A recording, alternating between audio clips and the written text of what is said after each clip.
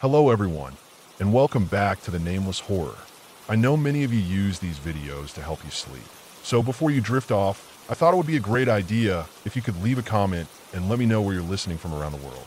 Also, don't forget to like and subscribe if you're enjoying the episodes. Now get comfortable and relaxed, and let's begin.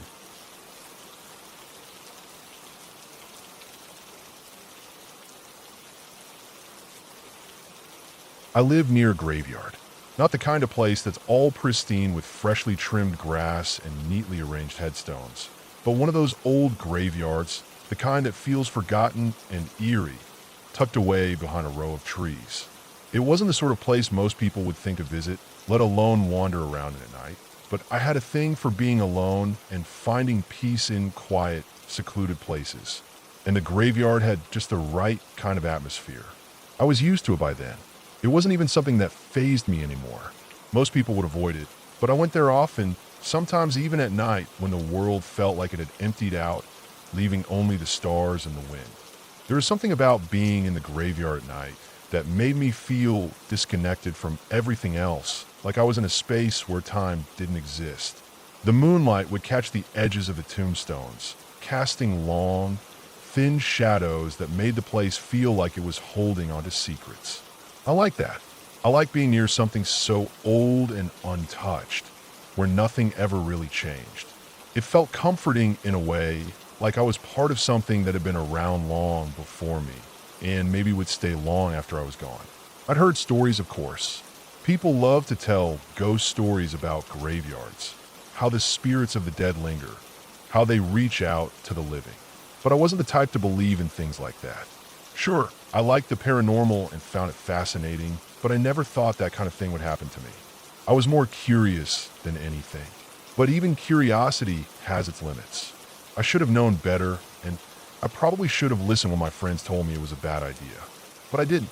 I remember the night I decided to go out there and see if anything or anyone wanted to talk. It was late, just a little before 3 in the morning. I knew the time because I checked the clock just before I left. My mind was already on the graveyard, picturing the paths between the gravestones, the way the cold, crisp air felt at that time of night. No one else was out. The town was silent, and I liked it that way. I wasn't scared. Not at first. I walked through the gate and into the yard, the ground soft beneath my boots, the grass brushing against my legs. There was that feeling again, the one that made the place feel like it was holding its breath, as if it was aware of my presence, but indifferent. I wandered for a while, looking at the old stones, some so weathered you could barely make out the names. Some of the graves had been forgotten, barely marked. It wasn't a particularly pleasant place, but it was a place that fit my mood. Peaceful. No one ever bothered me there. I sat down in the same spot I always did, just near a broken statue of an angel. The thing had been there so long, its wings chipped away, its face so worn it looked like a mask half covered in moss. I liked that statue. It made me feel like I was sitting next to something that understood solitude. I stayed there for a while, letting the quiet settle in before I got up and decided to try something. I wasn't expecting anything to happen, but I thought it would be interesting to ask questions, see if maybe something would happen. So, I stood in the middle of the graveyard and started asking. Simple questions at first. Is anyone here that would like to speak? I waited, but nothing. Why are you still here? Again, nothing. I could feel the wind picking up a little, swirling through the trees, but that was all. I didn't know why I thought it would work. Maybe it was the quiet or the time of night, but I didn't expect any answers. I thought I might hear something, just a whisper on the wind, but nothing. It was like the place was completely empty. After a while, I got bored, and that's when I made the mistake. I decided to push it. I'd heard stories about how you had to provoke spirits, make them angry if you wanted to get a reaction. It was a dumb idea, but in the moment, it felt right. You're all too weak, I said aloud, sneering to myself as I stared at the old headstones. Too cowardly to show yourselves. Too scared to talk to me. Pathetic. I said more. Some things I probably shouldn't have said, but I didn't care. I was feeling a little too cocky, and the quiet, dark graveyard was the perfect place to let that arrogance grow. Why don't you show me you're real? I yelled. Come on, I dare you. Do something. That's when it happened. That's when I heard the laughter. It wasn't a laugh like someone having fun. It wasn't even a creepy laugh. It was something darker, more twisted. I felt it first. The air changed, a heavy presence that seemed to fill the space around me. I turned toward the sound, my heart suddenly in my throat. It came from just ahead of me, and slightly to the left, about 10 feet away. At first, I thought it was a joke, some kind of prank. But when the sound of it hit me, I knew it wasn't. It wasn't a playful laugh. It wasn't a sound made by a living person. The laugh was deep, almost like a growl, and there was something unsettling about it. The kind of laughter you might hear in a nightmare. It was low, rumbling, almost too real.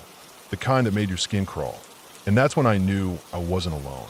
My heart raced. I didn't think. I didn't even try to process what was happening. I just turned and ran. Fast. I didn't look back. I didn't stop. My feet pounded the ground, my breath coming in ragged gasps. The sound of that laughter still echoing behind me. It wasn't even that far to the edge of the graveyard, but the trees seemed to stretch on forever. The shadows felt like they were closing in on me, and that laugh was following me like it was right on my heels. I made it out of the graveyard. The metal gate clangs behind me as I pushed through it. My house was in sight, just a short walk away, and for a moment, I thought I might be safe. But then just as I slowed, thinking I was almost home free, the laughter came again. It was right there, just behind me, like it was following me, close enough that I could hear it, the sound bouncing off the trees and the empty streets. It wasn't just in my head. It was real. I ran again, my feet moving before I even thought about it. I could feel the weight of the night pressing down on me, but I didn't dare look back. I didn't want to see what was there. I reached my front door, practically slammed it open, and shoved it behind me.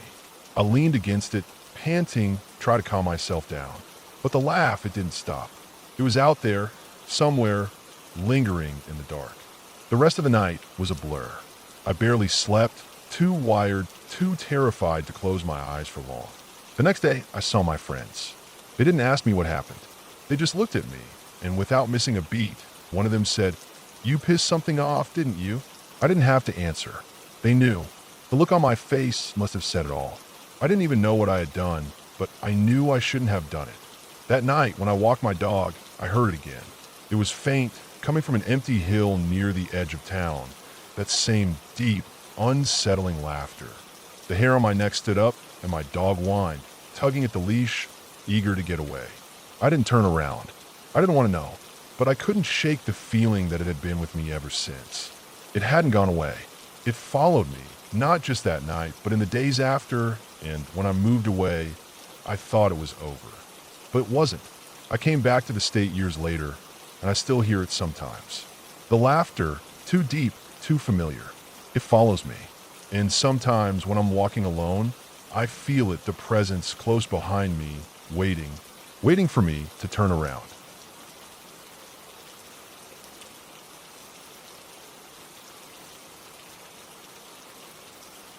I remember it clearly. It was one of those warm fall afternoons when the air felt crisp, but the sun still had enough warmth to make the day feel lazy and unhurried.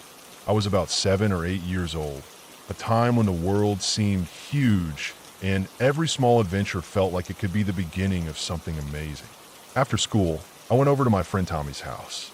Tommy and I had been friends for as long as I could remember. And like most kids our age, we spent hours outside, creating wild plans, building forts, and making up games that had no rules except the ones we made up on spot.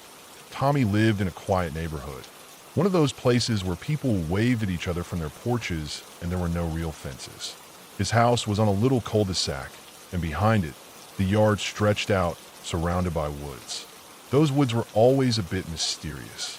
We'd go there all the time, but it was one of those places where even the most familiar path could look strange after a while, especially in the changing light of the late afternoon.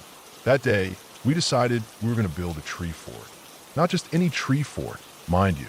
We were going to make it huge, like the kind we read about in books where kids could live in it for days. So we grabbed hammers, nails, and some old scrap wood from his garage. Tommy's little brother, Alex, who was only 5, begged to come along. We didn't want him there at first, but we didn't have the heart to leave him behind, so we reluctantly agreed. As we walked into the woods, I remember a slight, feeling of unease creeping in. There had been reports of coyotes in the area, and even though I knew that most animals would avoid people, we couldn't help but talk about what we would do if one attacked. The plan, which we all knew deep down wasn't great, was to swing the hammer and hope for the best. But kids like us didn't really think things through, especially when there was an adventure ahead.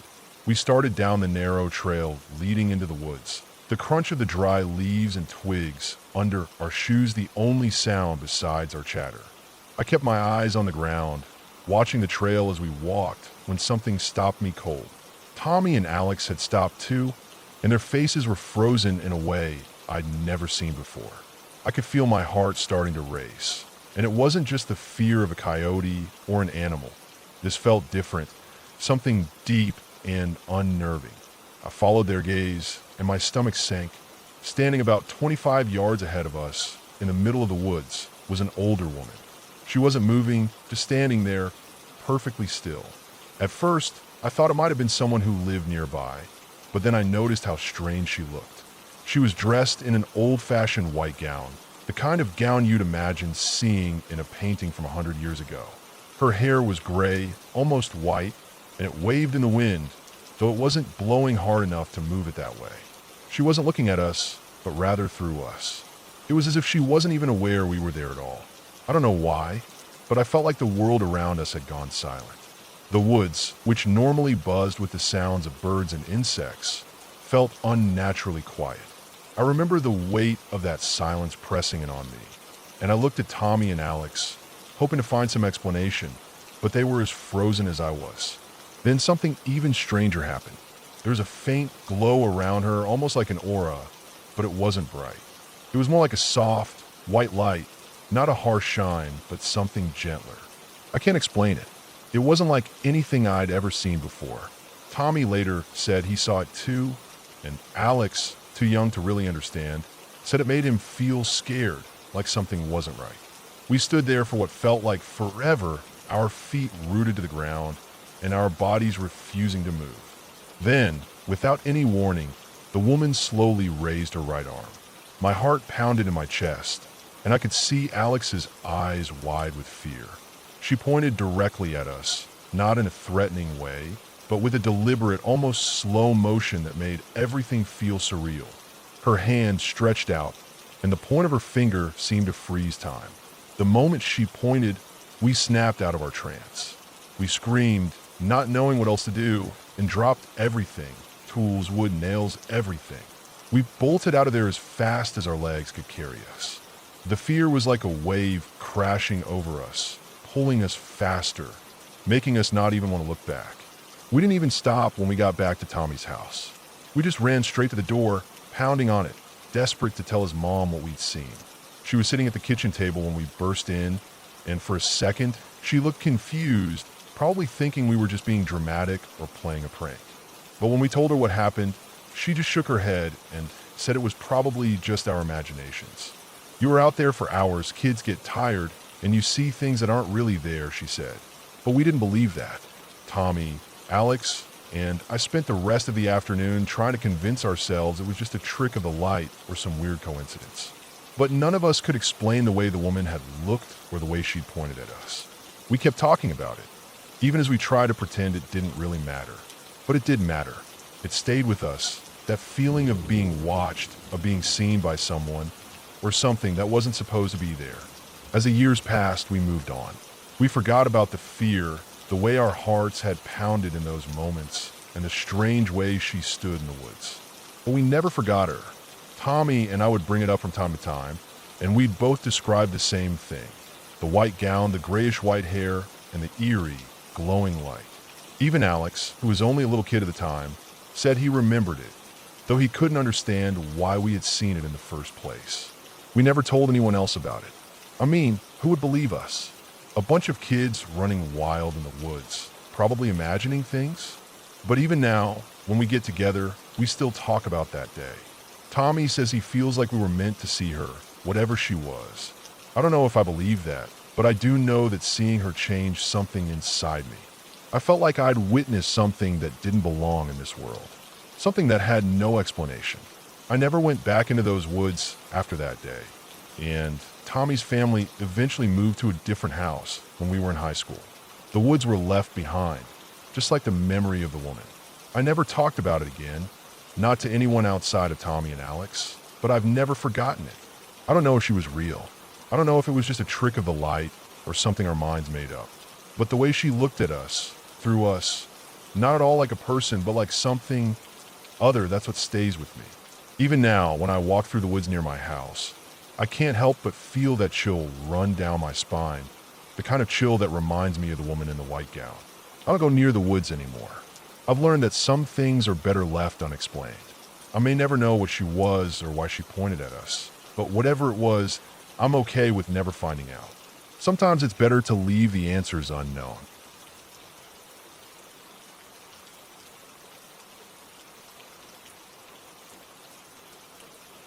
I wasn't expecting to become a breeder in the first place.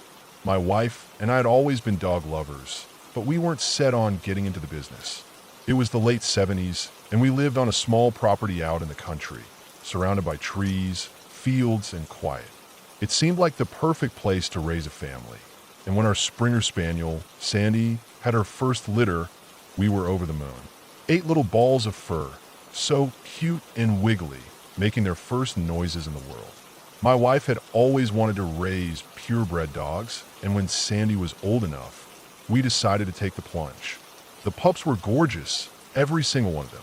Black and white patches, soft fur, tiny paws that would one day be strong enough to run through the fields we had surrounding the house. Sandy was a good mother, protective and patient, feeding them and keeping them close.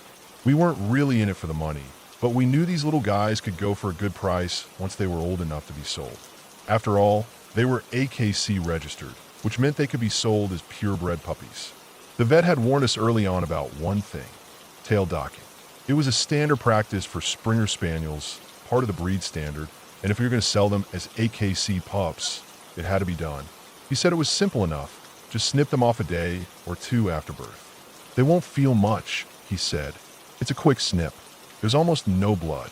You won't even know it happened. We trusted him, but I had a nagging feeling about it, something I couldn't shake. My wife, however, wasn't bothered. She was ready to handle it herself. After all, we'd always been a team. So, when the time came, I was there to hold Sandy still, comforting her as she looked down at the pups, and my wife, with steady hands, prepared to make the cuts. The first pup was tiny, maybe a little too tiny, and my wife, with some hesitation, held the scissors to its tail. I could see her nerves, but she was determined. She snipped the tail off just as the vet had instructed. The pup let out a horrible yelp, the kind that makes your stomach drop. It was high-pitched like a scream, and it didn't stop. The little thing writhed, scrambling away from the pain, its small body shaking. Blood pooled beneath it, a dark stain spreading out across the blanket we had laid down. My stomach churned, and I couldn't look at it. "That's it," I said, shaking my head. "I can't do it. That's too much." I thought I might lose my lunch right then and there. The pup continued to squirm, but after a minute, the blood stopped flowing.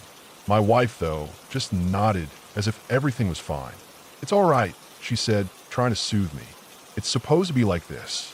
Still, I couldn't shake that image. The pup's body curled up in agony, its tail stumped where it had been just seconds before. I stood back as my wife gently placed the pup back with its siblings, who seemed none the wiser.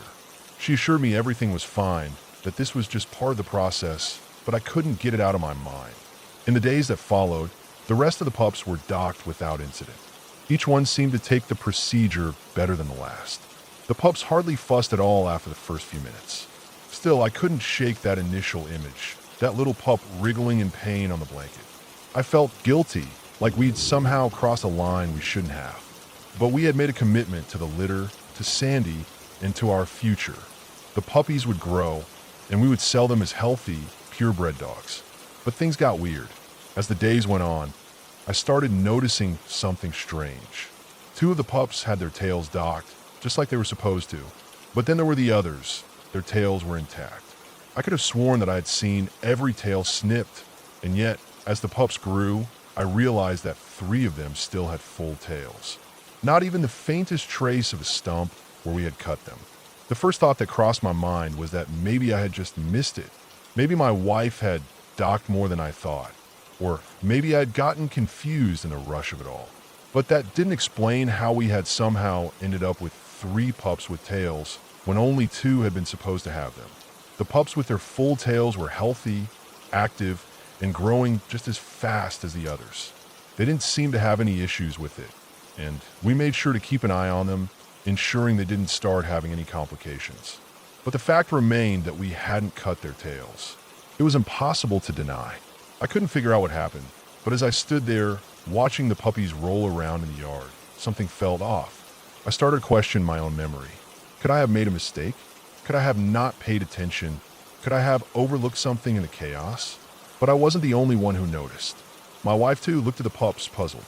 "Did you dock the third one's tail?" she asked, pointing to the one nearest to her. "No," I said, shaking my head. "I didn't."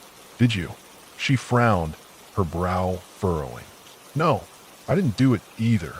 We stood there for a long time, the 3 pups with their full tails playing at our feet, oblivious to the confusion. I wasn't sure whether to feel relieved or unsettled, but something about it made me feel uneasy. I went over it in my head again and again, trying to figure out how we had ended up with 3 pups with their tails intact when only 2 should have been. For days, we tried to figure it out. Maybe the pups had been born that way. Maybe it was just some odd genetic anomaly, a quirk of nature that made those 3 stand out. But that didn't explain why only 2 of the other pups had their tails cut. It didn't explain why we hadn't noticed the difference until later. Weeks passed and the pups grew. Eventually, they were ready to be sold. The buyers came one by one, picking out their new dogs. I still couldn't shake the oddness of the situation. I made sure to mention the tail issue to the buyers, explaining that they hadn't been docked because of some oversight. Most of them shrugged it off, not caring much as long as the pups were healthy. But there was one buyer, a man who came from a nearby town, who seemed a little too interested in the tails. He asked about them repeatedly, as if he suspected something. "You didn't dock these 3 tails?" he asked me, a raised eyebrow betraying his curiosity. I looked at him, the unease from weeks ago bubbling up again. "No," I said, shaking my head. "We didn't. Only 2 had their tails cut, and the rest were left alone." The man didn't seem satisfied with my answer. He gave a long look at the 3 pups with tails, then back at me. There was something about the way he looked at them, something I couldn't quite place, that made me feel uncomfortable. But he eventually handed me the money and took the pups, and I watched him drive off. Months later, when the litter was long gone and I had almost forgotten about the strange incident, I received a letter. It was from the man who had bought the pups with their tails intact. He had written to tell me that 2 of them had grown up to have some strange behavior. They were perfectly healthy, but there was something about the way they acted, something that didn't sit right with their new owners. The pups had been playful, loving, but there was something unsettling about their eyes. One of them had been especially aggressive, something that hadn't been in their nature when they were puppies. It had started to lash out at their new owners, nipping and growling without reason. And when they went to the vet, they found that the pup had a strange condition. It wasn't anything that could be explained, but the vet said it was a rare genetic anomaly. The tail, the one that had never been cut, was somehow tied to it. I read the letter with a sinking feeling in my stomach. Could be true. Could it be possible that something was wrong with those 3 pups because they had their tails? I didn't know what to think, but I couldn't ignore the nagging feeling that something was very wrong about the whole thing. I still don't know what happened. I still don't know why those pups had their tails when they shouldn't have. But I've never forgotten the feeling, that sense of unease that settled in the pit of my stomach as I watched those 3 pups grow, the confusion, the strangeness of it all.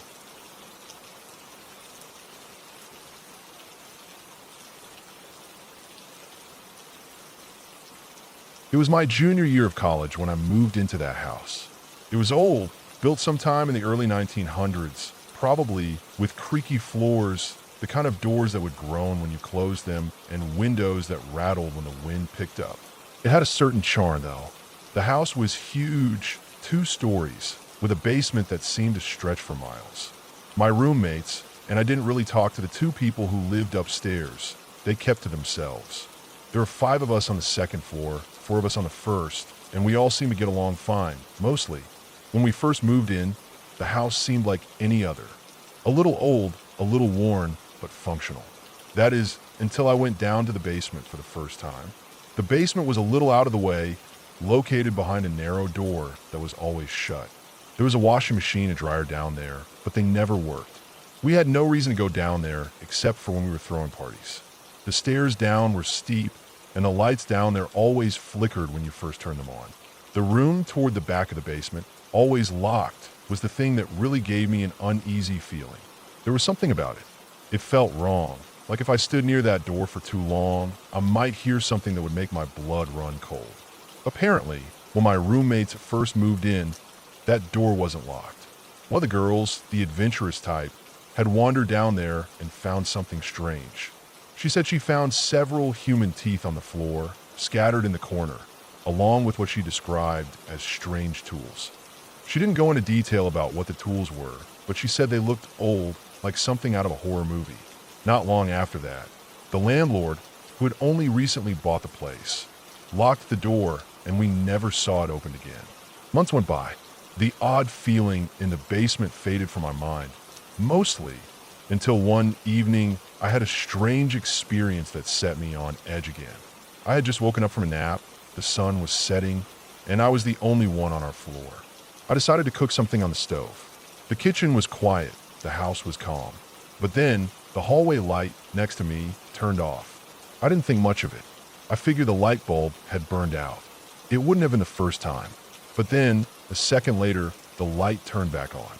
I stared at it for a moment, confused, and then it turned off again. I thought, okay, maybe there was a short in the wiring or the bulb was flickering. But the light stayed off for a moment longer than usual, then turned back on once more. I could feel the unease creeping up on me, but I tried to shake it off. I walked over to the door that led to the stairwell, thinking I'd just check the switch. Maybe someone was playing around. But when I opened the door and looked up the stairs, the hall was empty. No one was up there. I checked downstairs too, and it was the same. No one. Now I was a little freaked out. I tried to convince myself that it was just the house, that maybe it had some electrical issues. I went back to cooking, but just as I settled back into the kitchen, the light turned on again. I stared at it, wondering if it had something to do with the wiring. Maybe it was just some glitch in the system. But then the music started. It wasn't loud at first, just faint like someone had left their speakers on. It was coming from the living room, which was right next to the kitchen. For a moment, I thought, oh, someone's finally home, relieved that maybe I wasn't alone after all. I walked into the living room, expecting to see someone, but there was nobody there. Instead, there was a closed laptop sitting on a ledge near the window, connected to some speakers. The television was on, but it wasn't showing a program. It was just static, the kind of thing you see when there's no signal, just a black and white mess of fuzz. My heart skipped a beat and I froze. I was certain the laptop wasn't on when I walked by earlier. I walked closer to the laptop, still trying to make sense of what I was seeing. As I got nearer, I noticed that the laptop wasn't even powered on. It was just sitting there, completely still. I unplugged the speakers. The music stopped. I couldn't remember what song was playing. I wish I could, but honestly, I didn't care. The only thing I cared about in that moment was getting away from that room. I turned off the stove and left the kitchen. My legs felt shaky, and I almost didn't trust myself to walk straight. I didn't think. I just grabbed my car keys and drove the hell away from that place. A few weeks later, I decided to tell my roommates about what had happened. I expected someone to fess up to some kind of elaborate prank, but instead, everyone went quiet. One by one, they each started to share their own weird experiences. One of the girls admitted that she'd often wake up in the middle of the night, only to hear strange noises coming from her closet. Sometimes the hangers would move like something had brushed against them. Another guy said he often heard footsteps above him, but when he walked upstairs, no one was home. Then there was my friend, who said he'd woken up in the middle of the night to see a dark figure standing in the middle of our kitchen, staring into his room. He said the figure had just stood there for what felt like forever before it walked back toward the stairwell. It was becoming clear that there was something off about the house. But what was it? One night, a few weeks later, I decided to go downstairs again, just to see if anything was different. It was late, and everyone else had gone out. The air felt heavy, like the house itself was holding its breath. I stood at the bottom of the stairs, staring down the dim hallway that led to the basement door. I thought about the locked room, the strange feeling it gave me. I felt like I had to know what was behind that door. I don't know why, but something in me told me that I had to find out. I grabbed a screwdriver from the kitchen drawer and walked to the basement door. The moment I touched the lock, my hand shook. I told myself it was just nerves. I was going to unlock it just to see what was inside. As I twisted the screwdriver, I heard something, a noise, muffled, but it was definitely there. It sounded like a low, slow tapping coming from behind the door. My heart stopped. I froze in place, tried to convince myself that it was just my mind playing tricks on me. But then the tapping grew louder, faster, like someone or something was knocking on the other side. I pulled my hand away from the lock. I couldn't do it. I couldn't open that door. The next morning, I went to the landlord's office to ask about the basement. I had to know. He told me that the house used to be a boarding house years ago, back when it was a lot less well kept. He mentioned that the previous owners had apparently used the basement for storage, but he didn't know much beyond that. When I asked him about the locked room, his expression changed. He told me that when he first bought the house, there had been some renovations done. He said the room had been locked off by the previous owners, and that he hadn't been able to find the key. But something in his eyes told me he was lying. I never went back to the basement after that. A few months later, we all moved out, and I never heard about the house again. But sometimes, when I'm alone in my apartment now, I'll think back to that basement. The locked door, the strange noises, and every time I do, I can't shake the feeling that something or someone is still down there. But I never found out what. I don't think I want to.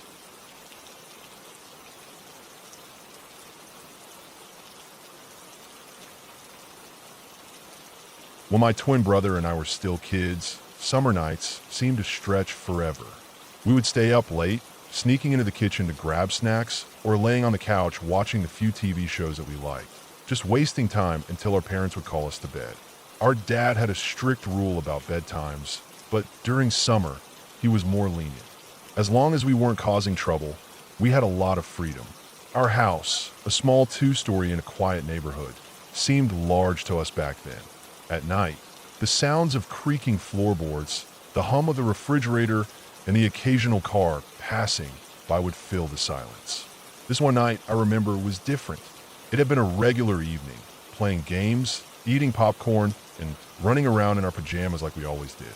Our dad had told us he was going out to run some errands, but we didn't think much of it. He left just before sunset, and we didn't expect him back for a while. We were still in the living room, trying to finish up a movie when it happened. It was almost 11 p.m. when we heard the knock. It was a rhythmic, distinct knock, a pattern that my twin brother and I knew all too well.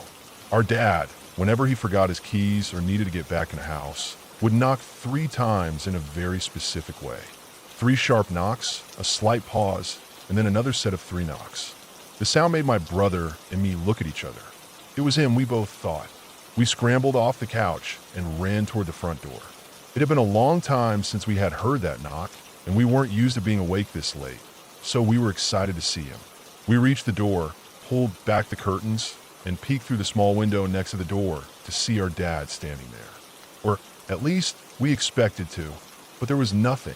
The street outside was dark, lit only by the occasional street lamp casting a faint yellow light onto the sidewalk.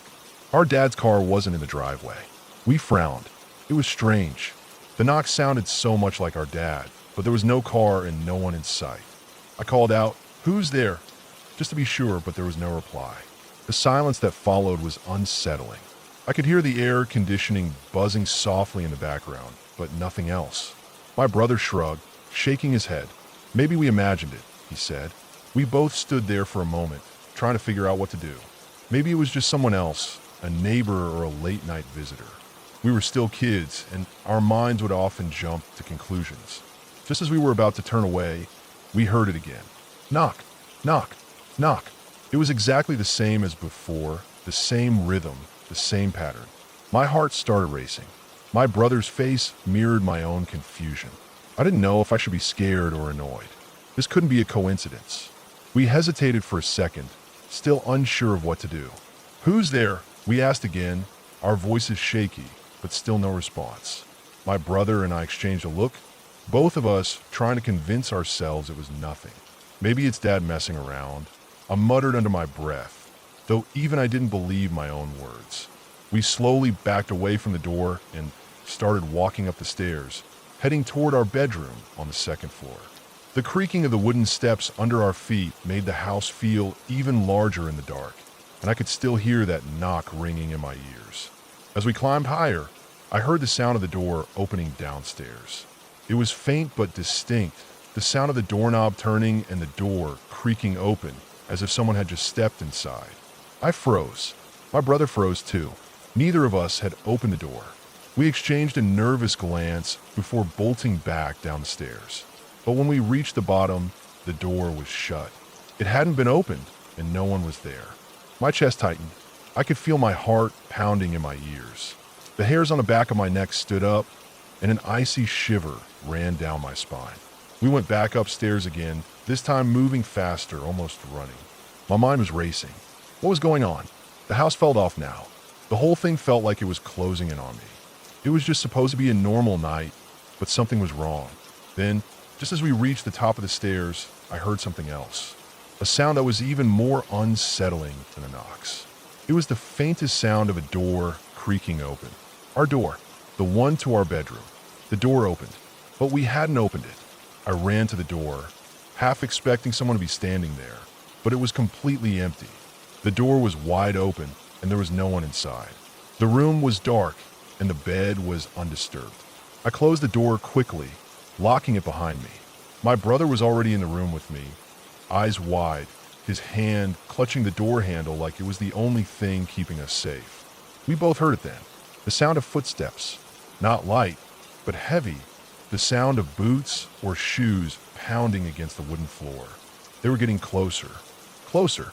I felt my pulse quicken as the footsteps grew louder, closer, but we couldn't see anyone. No one was in the hallway, no one was in the room. The door slammed against the wall as if something or someone had tried to force it open. The force of the impact was enough to shake the whole frame, and I could hear the wooden planks creaking under pressure. It was as if whatever it was had thrown itself at the door. My brother and I both jumped back. We heard a loud thud, as if someone had collided with it. But when we checked the hallway, there was nothing. I don't know what happened next. Panic set in, and I felt my stomach churn. We didn't know what to do.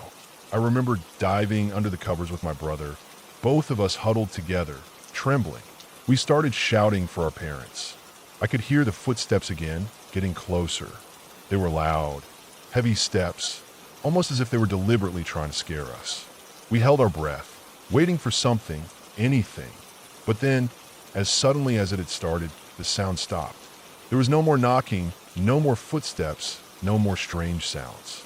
Just the sound of our own breathing. I don't know how long we stayed there, curled up under the covers, whispering to each other, too scared to move. We kept our eyes fixed on the door, waiting for it to open, for someone to burst in. But nothing happened. It felt like hours before our parents finally came up.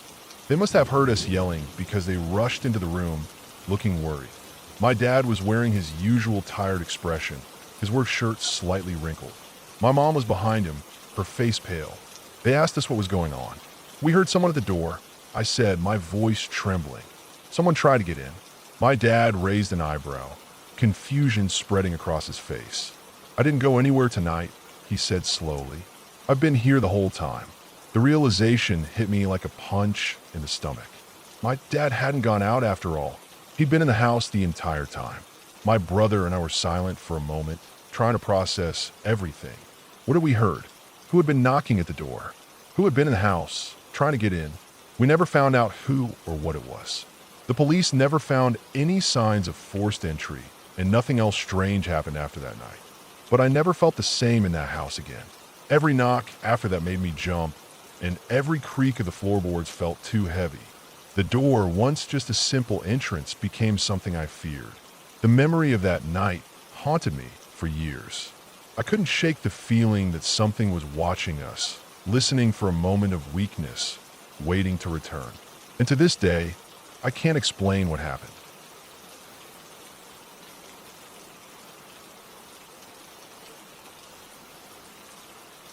It had been a long day, and I was exhausted.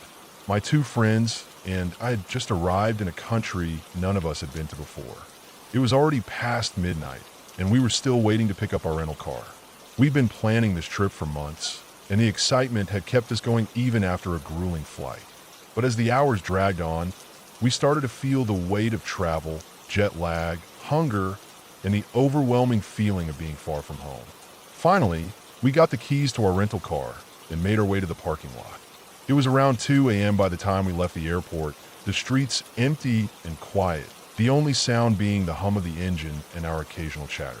My friend, Anna, was the one driving. She'd been to the area before, but she had never actually driven herself.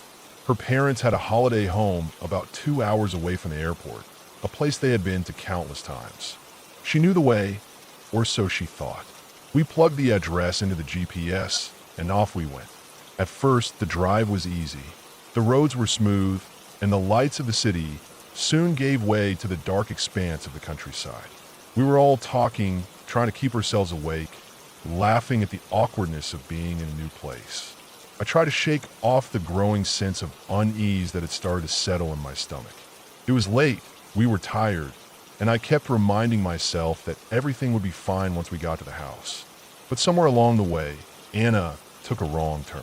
We realized too late that we had gone down a narrow, muddy back road instead of the main one that would have taken us directly to the house.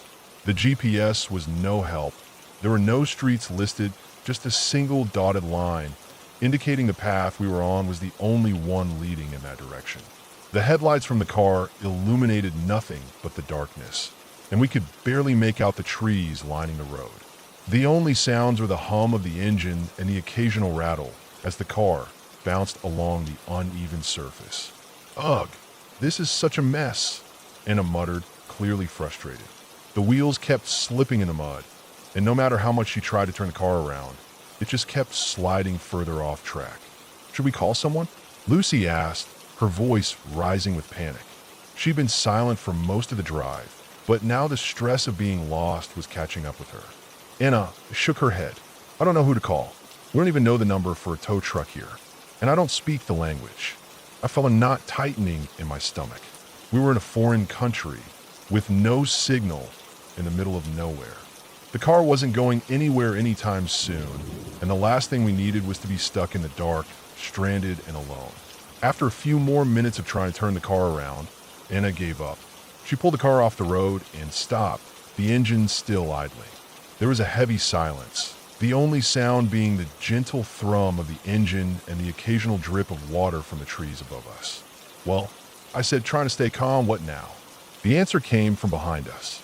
A set of headlights appeared in the distance, faint at first, but quickly growing larger as they approached. I froze, my heart skipping a beat. My mind immediately jumped to all the horror movies I'd ever seen. You know, the ones where a group of friends gets lost in the woods and some stranger comes along, and it all goes terribly wrong. The headlights kept coming closer and closer, and I could feel my breath catch in my throat. My body tensed, and I could see that Anna and Lucy were both just as freaked out as I was. Please tell me that's not what I think it is, Lucy whispered, her eyes wide with fear. I didn't say anything, but I was thinking the exact same thing. A car, out here in the middle of nowhere, at this hour? It couldn't be anything good. I quickly checked the rearview mirror. The headlights were closer now, and I could see the silhouette of the car behind us. My pulse was racing, and I could feel the hairs on the back of my neck stand up. Anna kept her hands gripping the steering wheel, her knuckles white, as she glanced at me and then back at the mirror. What should we do? Anna asked, her voice tight. I don't know, I replied, trying to keep my tone steady. Just stay calm. The headlights drew closer. At this point, we were all silent, watching in terror as the car slowed to a stop behind us. The engine turned off, and the silence that followed felt deafening. My mind raced, trying to think of any possible explanation for this. But the truth was, there was no rational reason for someone to be out here at this time, on this road, with no other cars in sight. We were completely isolated. I started to feel the panic rising in my chest, but then something unexpected happened. The door of the car behind us opened, and a figure emerged from the shadows. It was a man, tall and broad-shouldered, walking towards us. He was dressed in a dark uniform, and his movements were steady, almost purposeful. My heart was pounding in my ears now. I could feel my breath shallow, and I could see that Anna and Lucy were equally terrified. Who was this guy? What did he want? And why was he out here in the middle of nowhere? He stopped in front of our car, his face still hidden by the darkness, but we could see the outline of a badge on his chest. He knocked on the window. For a moment, none of us moved. We all exchanged terrified glances. Should we roll the window down? What if he was dangerous? We were in a foreign country, alone, with no way of knowing if this was the start of something awful. Then the man spoke. "Are you lost?" I let out a shaky breath, my heart still pounding in my chest. The relief I felt was instant, but mixed with confusion. He wasn't hostile. He wasn't threatening. But why was he here? Yeah, we got off track. We're trying to get to a holiday home," Anna replied, her voice shaky. "We're lost." The man smiled, though it was hard to see his expression clearly. "You took the wrong turn. This road leads nowhere. You need to go back and take the next right. It's only a few kilometers from here." I felt a mix of relief and disbelief. This guy, this stranger, had just appeared out of nowhere and was telling us how to get back on track. We were still shaken, but now there was a sense of calm settling over us. The man nodded once and then walked back to his car. We watched as he started the engine and slowly drove around us, waiting for us to follow. I could barely believe what had just happened. Here we were, in the middle of the night, in the middle of nowhere, thinking we were about to be murdered or worse, and it turned out to be a police officer who was just trying to help us. We followed the car in front of us, and he led us back to the main road. It felt surreal, like a strange dream. The road was smooth again, and the lights of the village we had been aiming for started to appear in the distance. I could feel my body relaxing as we followed him, and for the first time in what felt like hours, I could breathe without my chest tightening in fear. Eventually, the police car slowed and turned off onto a side road, signaling that we were close to our destination. We waved at him as he drove off into the night. As we made the final turn toward the holiday home, I felt an overwhelming sense of relief wash over me. We had made it. I felt silly for getting so worked up, but at the same time, I knew that the fear I'd felt was real. Being lost, alone, in a foreign country in the dead of night, was a terrifying experience. We parked the car in front of the holiday home, and for a few minutes, none of us said anything. We just sat there, the car lights illuminating the house in front of us. After a while, I exhaled deeply and laughed, the tension finally easing out of my body. "Okay, we're here," I said, my voice shaky but relieved. "We made it." Anna and Lucy nodded, their faces still pale from the scare. But as we got out of the car and stretched, the fear faded into something we'd be able to laugh about later. For now, though, we were just thankful to be safe and sound, far from the terrifying unknown we had almost become a part of. The whole thing felt surreal in retrospect, like a moment we could never quite explain, but it was over. I realized then that sometimes the scariest moments aren't the ones that actually happen. They're the ones you imagine while waiting for something to go wrong. And while we had been scared out of our minds, in the end, we were just 3 girls who got lost and were saved by the most unexpected hero, a helpful police officer who guided us safely to our destination.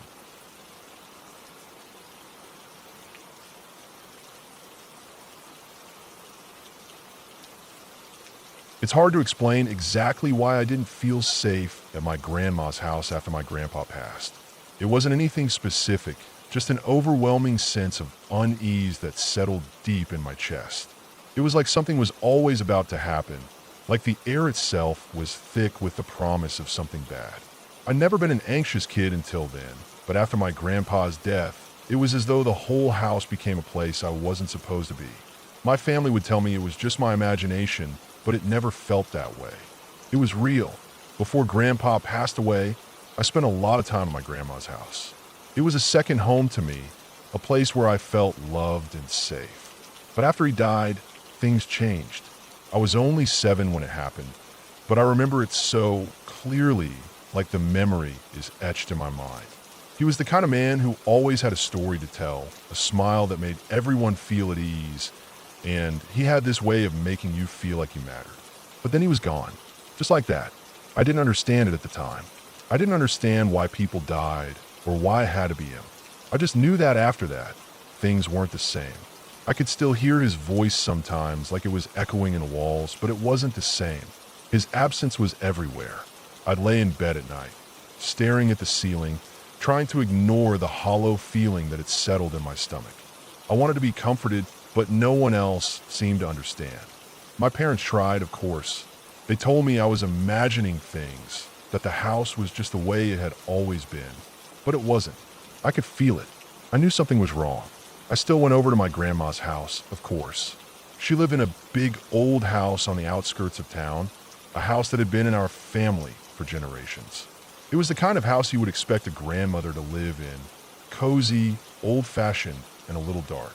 There was always something a little eerie about it, even before Grandpa died.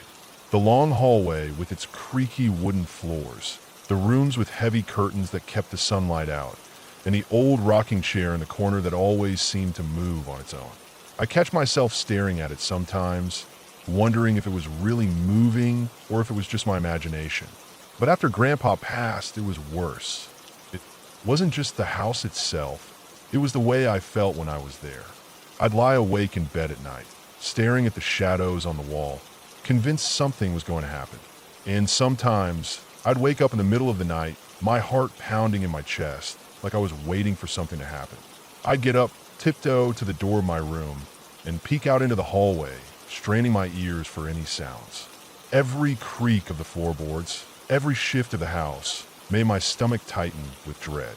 There were nights I couldn't get back to sleep, and I'd stand at the top of the stairs, staring into the darkness at the bottom. I was waiting for something to move, waiting for someone to come up those stairs. But there was never anyone there. It was always just me, standing in the dark, heart racing, breath coming in short, shallow bursts. It felt like I was waiting for something that I couldn't name, something that would make everything worse. And I hated it. But there was one night that changed everything. It had been about a year since Grandpa died. I was spending the weekend at Grandma's house, just like I always did.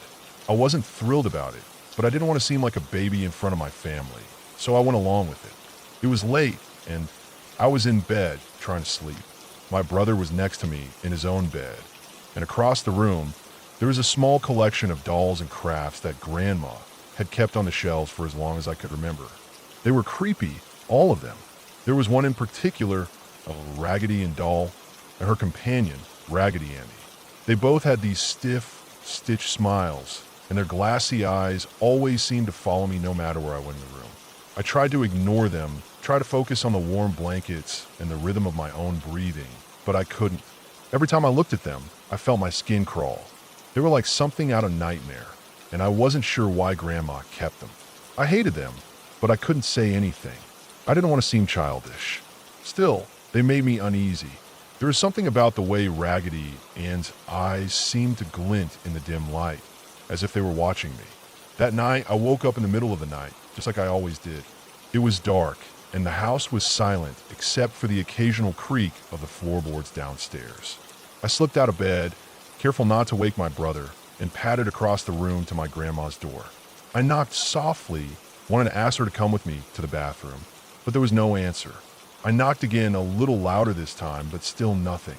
I stood there for a moment, trying to gather the courage to go down the hallway on my own. That's when I saw it. I don't know why I looked back, but something made me turn. I glanced at the dolls on the shelf, my heart already starting to race. And that's when I saw it. Raggedy Ann, with her head tilted to the side, was waving at me. At first, I thought it was just my imagination. I rubbed my eyes and blinked a few times, trying to clear the fog from my mind.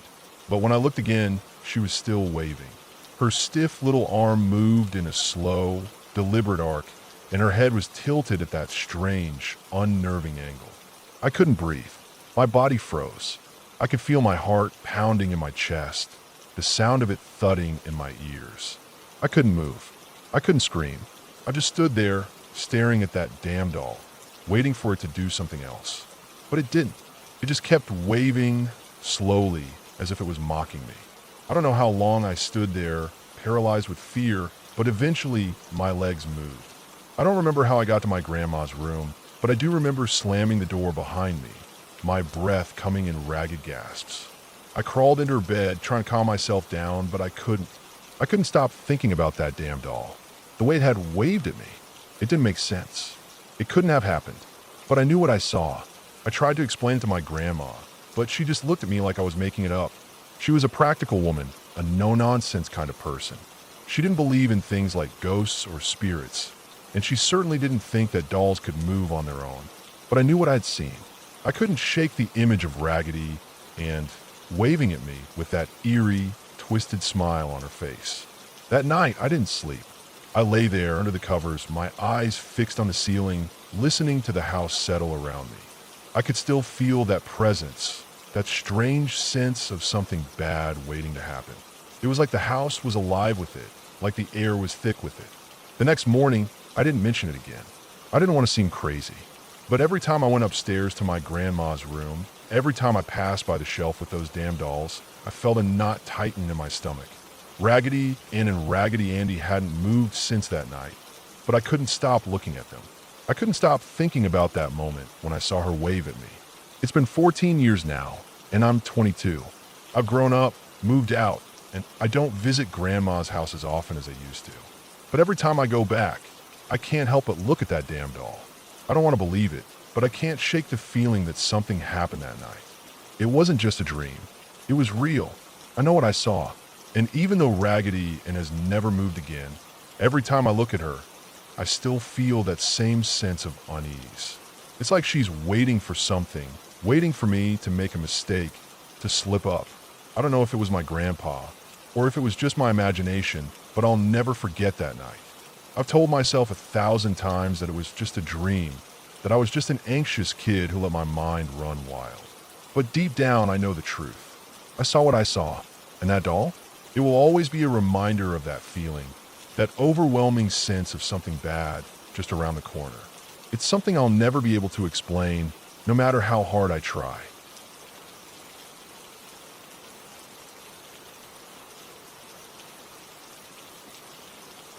It was one of those warm summer nights in Korea, the kind where the humidity sticks to your skin and the air smells faintly of fried food from the street vendors.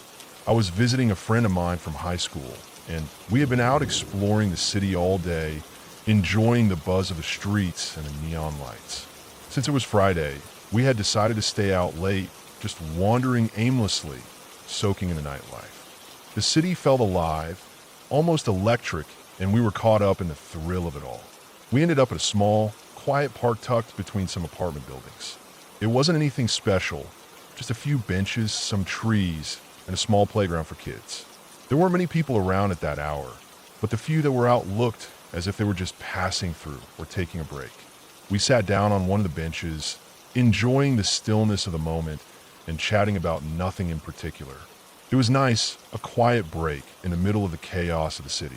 That was when we noticed him, a kid, maybe around 12 or 13, walking slowly past us. He had a small box of fried chicken in his hands. It was odd, but not out of place. People eat fried chicken everywhere, especially in Korea, where it's almost like a national pastime. He didn't seem to be in a rush or anything, just strolling by as if he had nowhere to be. He sat down a few benches away from us, continuing to eat his chicken. We barely paid him any mind at first. It was just a kid, after all. But then something strange happened. As we were about to leave, we saw him drop a piece of his chicken, a big, messy, unfinished piece, onto the ground. It was weird because it didn't seem like he was in any kind of rush. He just casually dropped it, as if he didn't care about wasting it, and then started to stand up. He didn't even bother to pick it up, just left it there. At first, we just shrugged it off. Maybe he was just being lazy, or maybe he had to go somewhere and didn't want to bother with the food. It wasn't something that stuck with us at that moment. We stood up and started walking away from the park, crossing the street, and heading toward a coffee shop a few blocks down the road. But then, just as we were crossing the street, we saw him again. He was on the other side of the road, just standing there, watching us. It was the way he was standing that made us uneasy. He was just standing there, not moving, as if waiting for something. And then, to make things even weirder, he gave us a small smile. Not a friendly smile, more like a knowing one. And then he waved. I felt a chill run down my spine. I looked at my friend, and I could tell from her face that she was just as confused as I was. Neither of us recognized him. Neither of us knew what to make of it. Was he trying to get our attention? Was he lost? Or was this some kind of weird coincidence? I asked my friend if she knew him. She shook her head, equally perplexed. I wasn't sure if I should feel alarmed or just brush it off as a strange encounter. I wasn't sure what was going on, but something about the situation didn't sit right with me. We waved back awkwardly, both of us trying to play it off as if we didn't find it strange, but we both knew deep down that something was off. We started walking faster, trying to put some distance between ourselves and the kid, hoping that he would just disappear into the night like so many other oddities we had encountered in the city.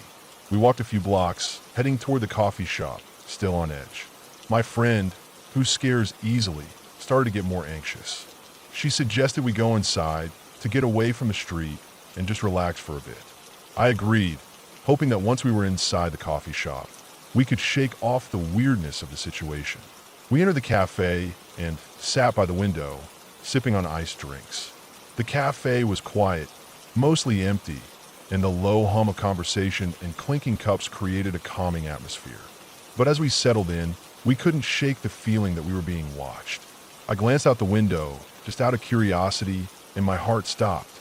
There he was again, the kid. He had turned a corner down the street and was walking slowly toward the cafe, as if he had been following us all along. It was too much of a coincidence. My stomach dropped. I quickly turned away from the window and tried to act calm, but I could feel the anxiety building. My friend looked at me, her face pale. She was scared, and I could tell she didn't want to be there anymore. I didn't either. Something about the whole situation felt wrong. I told her we should go to the bathroom to get away for a minute and gather our thoughts. It was stupid, but at that moment, it felt like the only way to escape the feeling of being watched. In the cafe, the bathroom was in a separate hallway that led outside the main seating area. To get there, you had to leave the cafe through a small door that opened into a dark, narrow passage. It felt almost like a little maze with the door closing behind us, the sounds of the cafe fading away. I tried to calm my friend down as we walked down the hallway. She was shaking, her eyes darting back to the door as if she expected him to walk in at any moment. I tried to reassure her, telling her that we were probably just being paranoid, that it was all in our heads. We were almost to the bathroom when the lights went out. I froze. The whole hallway was suddenly plunged into darkness. The only sound were the faint hum of the cafe's air conditioning and the echo of our breathing. I felt a sudden, intense fear wash over me. I grabbed my friend's arm, my heart pounding in my chest. What was happening? The next moment, I heard the door to the hallway slam open, and before I could react, someone, small but with a terrifying amount of force, pushed me and my friend into one of the bathroom stalls. I didn't even have time to scream. My mouth was covered instantly, the hand that clamped over it so strong that I couldn't breathe properly. I tried to fight back, but it was like my body was frozen with fear. The darkness was so complete that I couldn't see anything. All I could feel were hands, rough, urgent hands, grabbing at my hair, pulling me. I couldn't think straight, I couldn't move. There was a cold sensation in my throat, something sharp pressing against my skin. I was sure it was a knife. I was sure this was it. My heart was racing, and I could hear my friend gasping in pain, her voice muffled as if she was struggling too. I thought I was going to die. Then, just as suddenly as it started, it stopped. The pressure against my throat disappeared. The hands let go. I could hear the boy's voice, low, almost mocking. Wrong one. And then the door slammed shut, and I was left in the dark, trembling with my friend, unable to comprehend what had just happened. We stayed in the bathroom, not knowing what to do or how to react. My mind was racing, trying to piece together the fragments of what had just occurred. What did he mean by wrong one? Why had he stopped? Why had he targeted us in the first place? And most importantly, who was he? Eventually, we mustered the courage to leave the bathroom.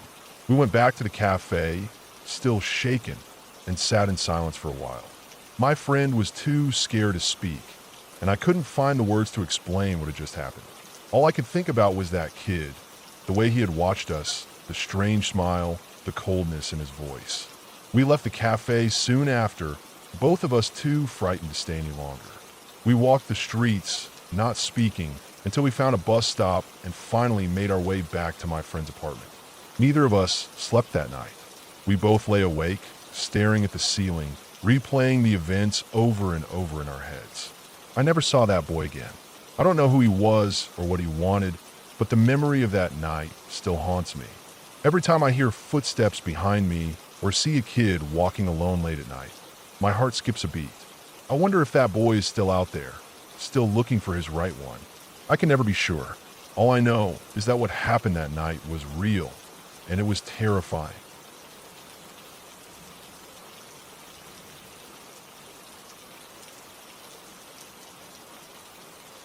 It was the spring of my junior year in high school.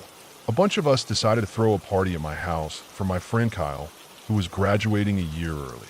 The weather was starting to get warmer, and I guess we all figured it was a good time to celebrate. My mom, being pretty cool about things, agreed to let us have it. She didn't mind if we had alcohol, but I've always been straight edge, so I wasn't particularly interested in it.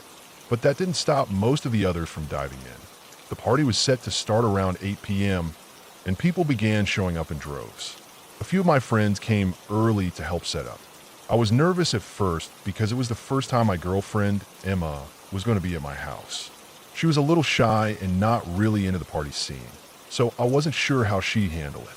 I introduced her to a few people, and we hung around for a bit, but soon enough, we decided to sneak off into my room. It was quieter in there, and I figured we could just hang out away from the chaos. We locked the door behind us and sat on my bed, talking and laughing. I tried to make her feel comfortable, telling her we didn't need to be part of the wildness downstairs. But as the night wore on, the sound from the party became louder, and my nerves started to settle. It was actually nice to have her here. I didn't realize how late it was until I heard the pounding on my bedroom door. At first, I thought it was just one of my friends being drunk and joking around. But then I heard it again, harder this time, followed by shouting. "Let us in. Dude, let us in." It was Kyle, and his voice sounded urgent. I felt a cold knot in my stomach, a sharp contrast to the warmth of the room. Emma looked at me with confusion, and I stood up quickly, walking to the door. I was trying to figure out what was going on, but I couldn't get a clear answer. I unlocked the door, and before I could even open it fully, they both pushed through. Kyle and another guy, Matt, slammed the door shut behind them, locking it again almost immediately. Matt was shaking, his face pale, and I could see that his hand was trembling. His eyes darted around the room, and he looked almost panicked. I asked, "What the hell is going on?" Kyle was out of breath. "It's Matt. He's freaked out, man. He says He couldn't even finish his sentence. Matt kept muttering under his breath, but it was barely audible. I thought he might have had too much to drink, but something about the way he was acting felt different. His eyes were wide, and there was this weird, wild look in them like he couldn't focus on anything. He kept pacing back and forth, rubbing his hands together like he was trying to warm them, but it was almost like he was trying to get rid of something invisible. He kept saying, "I can't get past it. I can't get past it." I had no idea what he was talking about.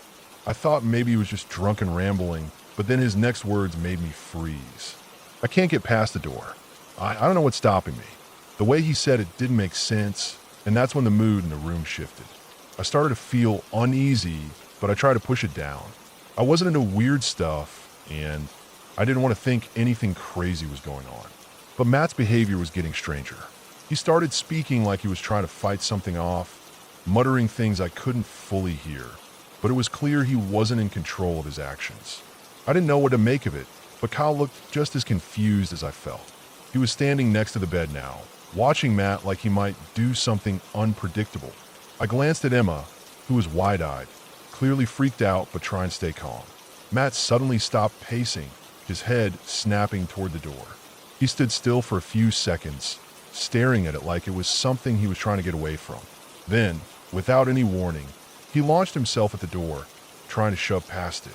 He pushed his shoulder into it, trying to get out of the room, but nothing happened. He wasn't making it through. It was like some invisible force was holding him back. I didn't know what to do. I was still trying to wrap my head around it, but I could see that Matt was really struggling. He was sweating, his breathing shallow and rapid. He looked like he was trapped, like something was holding him in that spot. "Matt, stop!" Kyle shouted. "What the hell are you doing?" Matt didn't respond. Instead, he kept pushing at the door like he was trying to force his way through. But the door didn't budge. I could feel this weird pressure in the air, like the room was too small and the walls were closing in. "Let me out, man." "I can't." I didn't know what to think, but I knew I had to calm him down somehow. I grabbed Matt by the shoulders and forced him to look at me. His eyes were wide, unfocused. His pupils were dilated. It was like he wasn't even seeing me. "Matt, listen to me," I said, trying to sound as calm as possible. "What's going on? You're freaking us all out." He finally seemed to snap out of whatever it was that had taken over him. He stopped struggling, though he was still shaking. His eyes looked at me like he didn't even recognize me at first, but slowly they softened, and he let out a shaky breath. I don't know what happened. He paused, and for a second, it seemed like he was at a breakdown. "I don't remember." Kyle stepped forward, his hands on his hips. "What do you mean? You don't remember?" Matt shook his head again, his voice barely above a whisper. I don't know. I thought I was going crazy. I couldn't get past the door. I tried, but something wouldn't let me. I was about to say something else when I heard my mom's voice coming from downstairs, calling up to me. "Everything okay up there, honey?" I didn't want her to come up here. The atmosphere in the room was already off, and the last thing I wanted was for her to get involved. I glanced at the clock. Almost 2 a.m. The party downstairs was still in full swing, but I didn't feel like partying anymore. I felt uneasy, like I needed to figure out what had just happened. "I'm fine, Mom," I called back. "We're just talking." I turned back to Matt, but now he was sitting on the floor, rubbing his temples. "I don't get it. I can't explain it, man. It's like something was stopping me." I was about to press him further when Kyle stepped in. "You're fine, right? You're not messed up or something?" Matt nodded slowly, but there was a strange hesitation in his voice when he said, "I don't think so. But there's something weird about your door, man." I frowned. "What are you talking about?" Before Matt could answer, Kyle spoke up again. He was talking about being possessed earlier, but I didn't really think it meant anything. But now he's saying that he couldn't get past your door. He hesitated, as if unsure how to say it. Like it was blocking him. I felt a chill run down my spine. I didn't really believe in anything like that, but the way Matt was acting was beyond normal. It didn't make sense. Then, I remembered something. When we moved into this house, my mom was really into all kinds of new age stuff. She was into crystals, energy cleansing, and yes, even spells. She told me that she'd cast a spell on both her bedroom door and mine to keep away bad spirits. I didn't think much of it at the time, just thought it was one of those things she did for peace of mind. But I never really considered that it might actually be doing something. I turned to Matt, my heart racing. "Wait, you didn't know about the door, did you?" Matt looked confused. "What?" I nodded slowly. "My mom put a spell on this door when we moved in. She said it was to protect against bad energy. Keep things out." Matt's face twisted in confusion, then horror. "You're saying that's why I couldn't get past?" I didn't know what to say. I wasn't sure if that was the reason or if it was just some weird coincidence. But the more I thought about it, the more it seemed like maybe there was something to it. Matt wasn't the kind of guy to freak out for no reason. And I definitely wasn't going to tell him that I didn't believe in what my mom had done. That wasn't going to help anyone. The tension in the room slowly started to dissipate. Matt calmed down, though I could still see the fear in his eyes. After a while, he got up, thanked me for letting him stay, and headed out the door, though he was still walking slowly, like he wasn't quite sure if he was totally fine. I didn't want to think too hard about what had just happened. I didn't know what was real and what wasn't, but I couldn't shake the feeling that something strange had happened. Something I couldn't explain. Maybe it was the alcohol, maybe it was just a weird coincidence. But in that moment, I couldn't shake the thought that there was something in the air that night, something we couldn't quite understand. That night, I locked my door and didn't sleep much. The sound of the party downstairs eventually died down, but I kept hearing the faintest noises coming from the hallway. Nothing I could explain. I just tried to ignore it and wait for morning.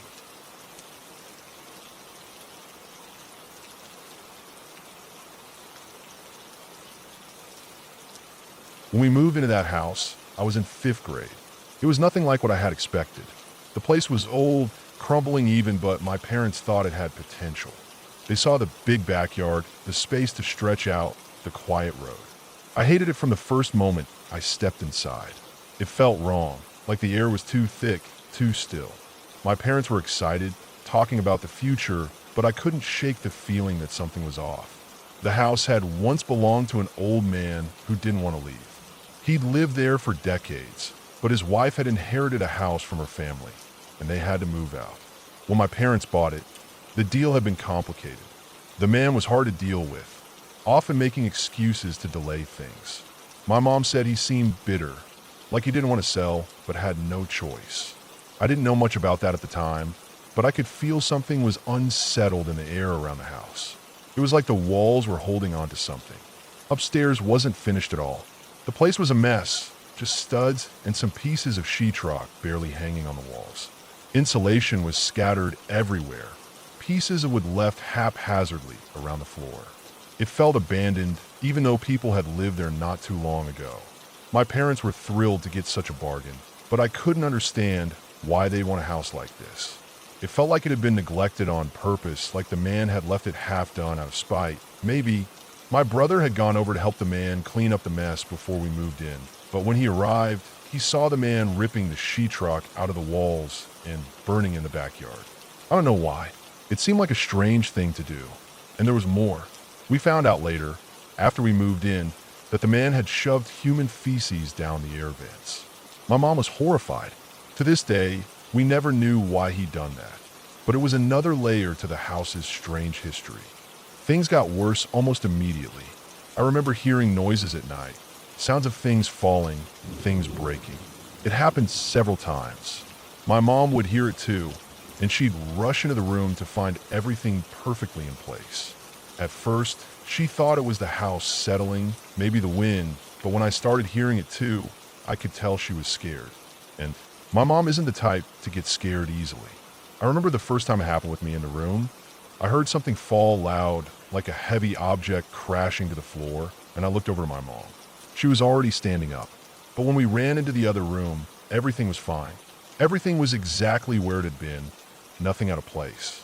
After that, things started getting worse. The noises became more frequent. It wasn't just things falling anymore. It was footsteps. Every night, usually around 2 or 3 a.m., I'd hear them. Heavy, slow footsteps. I would lie in bed, frozen, listening, imagining that a burglar was in the house. I'd stay completely still, just waiting for the footsteps to stop. But they never did. They would just go on, and I couldn't figure out where they were coming from. I remember thinking about the layout of the house. My bedroom was in the corner, just between the entrance and the living room, so I could hear everything. At first, I thought it was just the dog. I told myself it was the dog walking around, moving from room to room, just being restless. But one night, I decided to let the dog sleep in my room with me. I didn't want to be alone. The footsteps kept happening, even with the dog right beside me. That's when I knew something was wrong. The dog didn't hear them, or if he did, he didn't react. And yet, there they were, those heavy, deliberate steps, pacing the floor of the house. It was enough to make my skin crawl. Things got a little better after a while. I don't know if it was because we finished the upstairs, or because we all adjusted to the place, but for a time, the footsteps stopped. It was a relief. I had started moving into my brother's room while he took my parents' room. I don't know why we decided to make the switch, but it felt like the right time to be further away from the house's strange history. His room was a little quieter, more isolated. My parents moved upstairs, where they had more space. But then, one night, before a long-anticipated trip, we were all going to leave early in the morning. I woke up, startled at 4 a.m. The house was completely still, but then I heard it. At first, I thought it was just the sound of my aquarium bubbling, but it wasn't that. It was a hissing sound, low and steady, just over the bubbles of the water. I convinced myself I just needed to add more water, that it was something normal, but as the sound grew louder, my unease grew too. It wasn't the aquarium. It was something else. It was like whispers, soft but distinct, right in the next room. I tried to ignore it. I tried to stay calm, but the sound kept getting louder, sharper. And then it started sounding like words, just 2 words over and over. I couldn't make out much else, but it sounded like a conversation. I froze. My mind raced. I told myself that it was just the house settling again, that there was a logical explanation. But it didn't feel like that. The sound, the voices, they felt real, like there were two people right in the next room. I got up. I knew I had to investigate. I wasn't going to just lie there like I had before. This time, I was older, and I had to be brave. I walked into the hallway, stepping quietly, trying to make no sound. The whispers were still there, louder now, like they were just around the corner. I didn't know if it was burglars or something else, but my heart was pounding. I moved through the living room, careful not to wake anyone. The dog was lying on his bed in the corner, his head raised, watching me. The whispers were more distinct now. I could hear them clearly, two people talking. They weren't in the living room, but they were close, just around the corner. The stairway to the upstairs was right there, hidden behind a wall. The door to the stairs had been removed years ago, so the space was an open arch now, the stairway leading up to the unfinished, empty upstairs.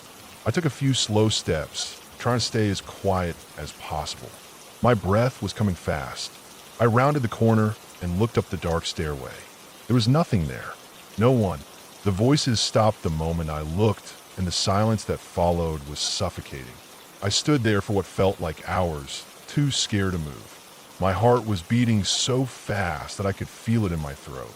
The dog got up and walked over to me, resting his head in my lap, as if telling me it was okay, even though I didn't believe him.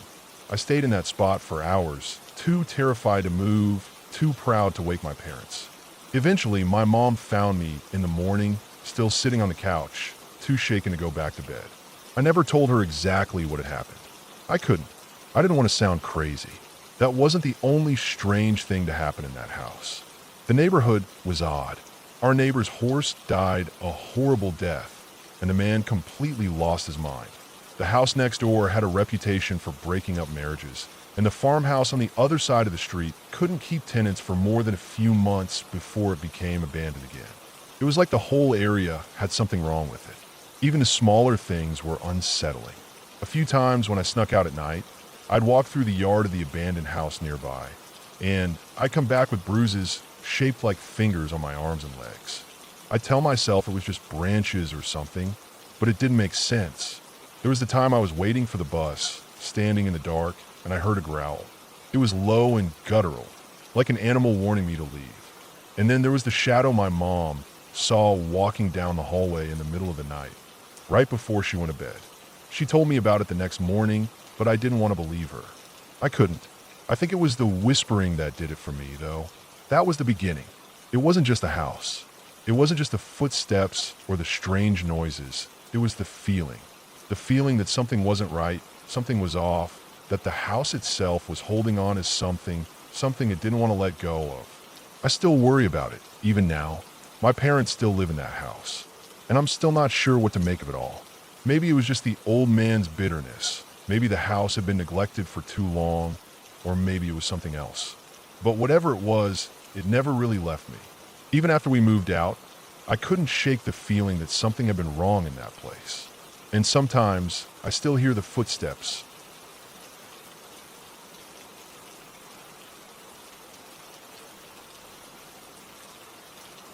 I remember it was late at night, the kind of night where everything feels too quiet, almost suffocating. Me and my ex and a couple of friends had been driving back from somewhere out of town. I can't even recall exactly where we were.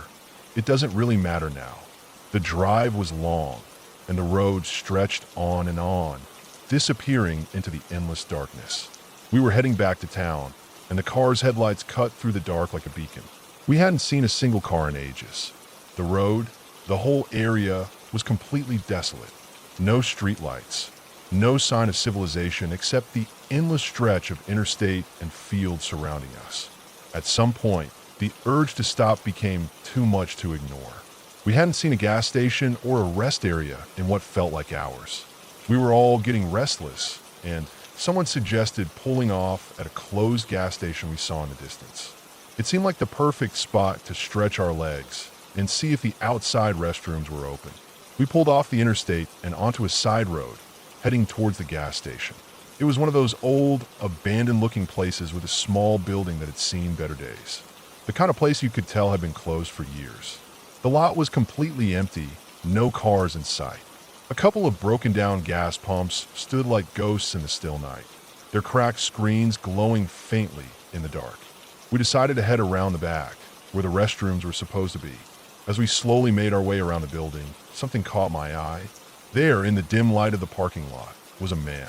He was standing by one of those big metal shipping carts, the kind used to move large amounts of goods. He was pushing it, but the cart was only about half full. I couldn't tell what was inside, but there was something off about him. He was wearing a respirator and goggles. His clothes were unkempt and stained, and his hands were covered in yellow dish gloves. At first, I thought he might be a worker of some kind, maybe a cleaner or maintenance guy.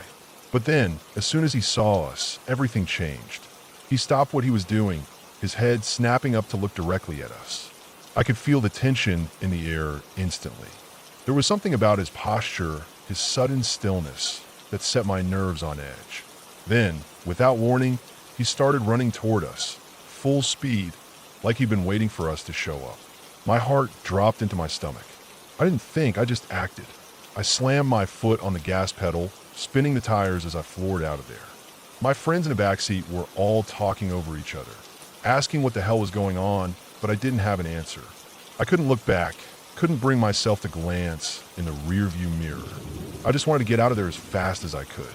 My foot pressed harder on the gas, the car humming as we picked up speed, the sound of the engine filling the car. The rest of the drive was a blur. I didn't speak, and neither did anyone else. My ex was sitting next to me, her hand resting on her lap, her face pale, her eyes wide. The others were whispering, but I couldn't focus on their words. All I could think about was that guy, running toward us like he was coming for something. I didn't know if he had a weapon or if he was just crazy, but the way he moved, like he had been waiting for us, like he was on a mission, made my blood run cold. We didn't stop again until we hit the outskirts of town, and even then, I don't think any of us felt safe. I remember pulling into a gas station near the exit. The place was lit up and bustling with people, and I couldn't shake the feeling of unease. We all piled out of the car, stretching our legs, trying to act normal, but none of us said much. It was like we were all processing the same unsettling experience in silence, trying to make sense of it. What bothered me the most, though, was how quickly that man had rushed toward us. There was no reason for him to be in that parking lot, especially with no vehicles around, no obvious purpose for being there. He looked like he had just come out of nowhere.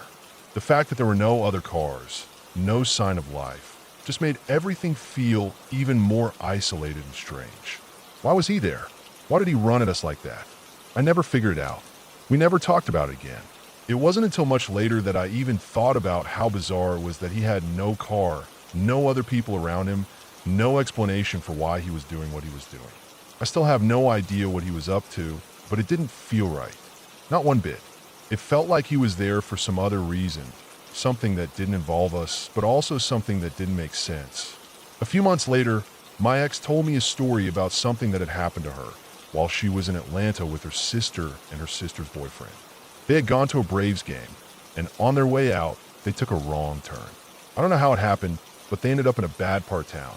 It was late, dark, and they were all exhausted from a game, but they were trying to get back on track. That's when they saw it.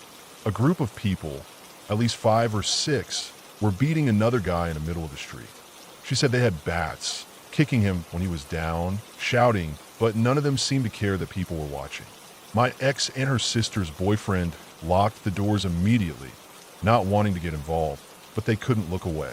They watched, helpless, as the group took turns pounding on the guy, beating him like he wasn't even a person. The guy didn't even fight back, and after a while, he wasn't moving anymore. The worst part, she said, was how casual the whole thing was. The group didn't act like they were doing anything wrong. They didn't look at the car, didn't even acknowledge it was there. They just kept going. And when it was over, when the guy was left lying there, motionless, they just walked away like nothing happened. My ex said the whole thing felt surreal, like something out of a nightmare. They didn't know what to do. They didn't want to get involved, but they couldn't just drive away like nothing had happened. They slowly drove past the guy, checking to see if he was alive, but he was completely still. He wasn't moving. His body sprawled out on the pavement like a rag doll. The whole thing shook them up, and my ex couldn't stop thinking about it for days. She even sent me a picture from her phone showing the group standing around the guy, his body crumpled on the ground. I could see the horror in her eyes, even in the picture. She said it was one of the most disturbing things she had ever witnessed, but there was nothing they could do. What happened to that guy, I have no idea. I never heard about it again. But I can't shake the image of that man, lying in the street, and the people who beat him without a second thought. It felt like something you only see in movies, but it was real. And it was terrifying. The more I think about it, the more I wonder if there's a connection between that and what happened at the gas station. Both were encounters with people who seemed to have no regard for human life, who acted without reason, without hesitation. I don't know what it means, if it means anything at all, but I do know one thing. Both experiences left me with the same feeling, like something was lurking just out of sight, like there was danger just around the corner, and you could never really escape it. You just have to hope that you never cross paths with it again.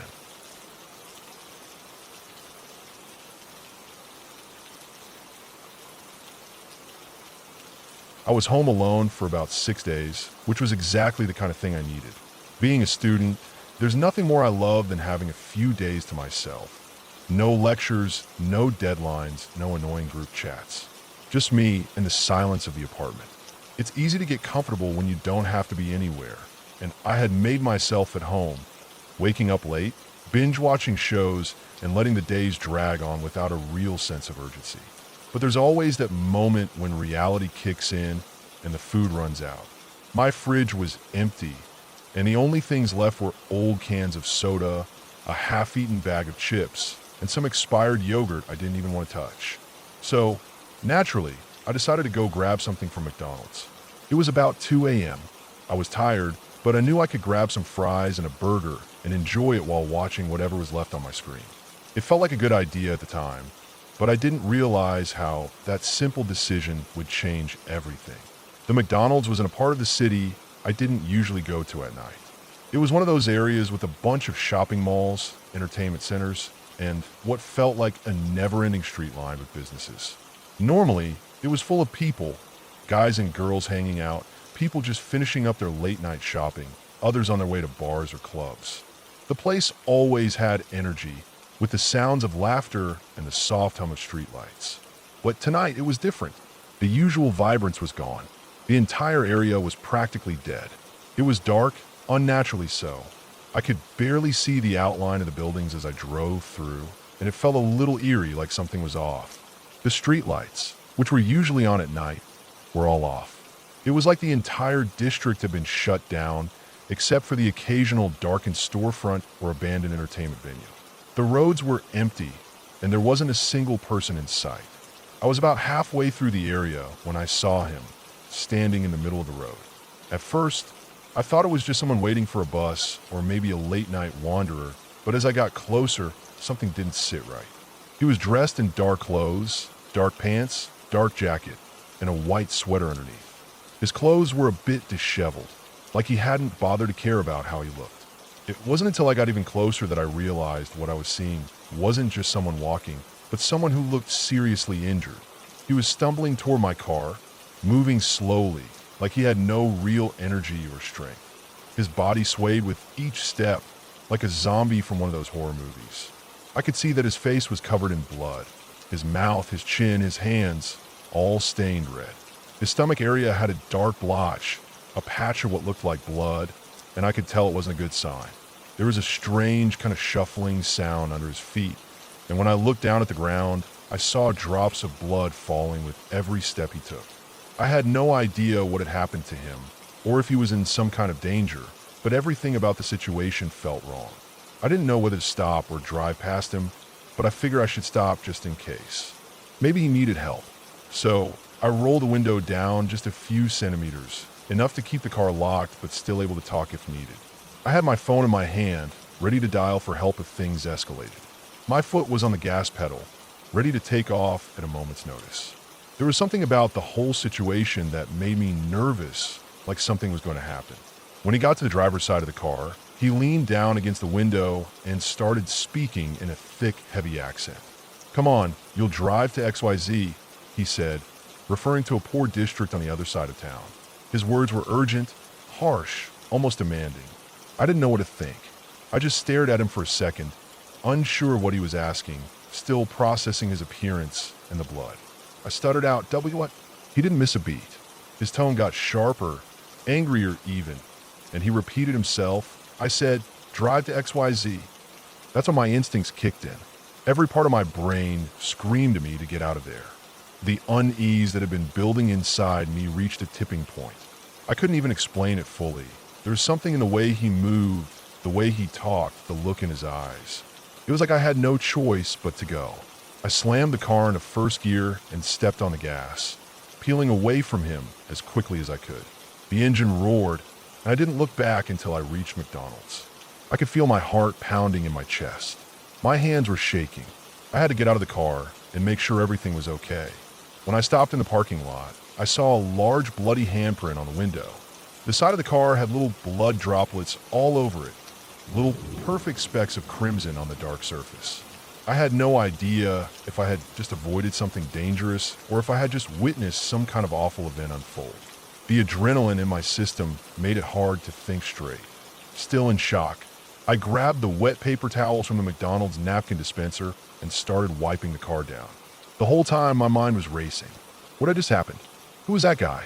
How had he gotten so badly hurt?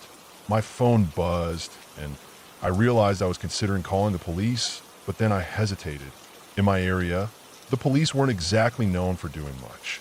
Most of the time, they didn't show up or the situation got more complicated. I didn't want to deal with that, especially when I was already rattled from what had just happened. I figured it would be better to just go ahead and get my food. Maybe the whole thing was just some weird coincidence, some drunken guy who got hurt. Maybe he was just asking for help. But something didn't sit right. The whole thing felt off. After cleaning the car, I sat there in the parking lot for a bit, trying to calm down, trying to make sense of everything. It wasn't until I was sitting there, staring out the windshield, that I noticed something else. I saw the figure again. The same guy, still shuffling slowly down the street, heading toward the bus stop about 50 meters away from McDonald's. The way he moved was still sluggish, like he was dragging his feet with every step. He wasn't even walking with purpose anymore, just a slow, almost aimless wander. I didn't know if I should follow him or what I should do next, but I stayed in my car, watching him from a distance. He didn't seem to be in any hurry. After a few minutes, a cab pulled up to the bus stop. He didn't hesitate. He climbed into the back seat without looking around, the door closing behind him. The cab drove off, and I couldn't help but feel an overwhelming sense of confusion. What had I just witnessed?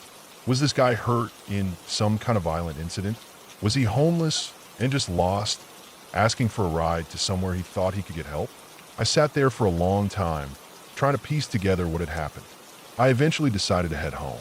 The strange encounter lingered in my mind, and it wasn't until I got back to my apartment that I felt like I could finally breathe again. But as I sat down to eat my cold fries, I couldn't shake the feeling that something about that night wasn't right. Something about the guy's injuries, the way he demanded I take him somewhere, the strange calmness of it all. It didn't add up. I realized I'd probably never know who he was or what had really happened to him. But whatever it was, I was glad I'd gotten away when I did. The thought of what could have happened if I hadn't trusted my gut made my skin crawl. I never went back to that McDonald's again at night. I figured whatever happened there, it was best left behind me. That's the thing about places and people. Sometimes it's better not to know the whole story. Sometimes the best decision is just to walk away and never look back.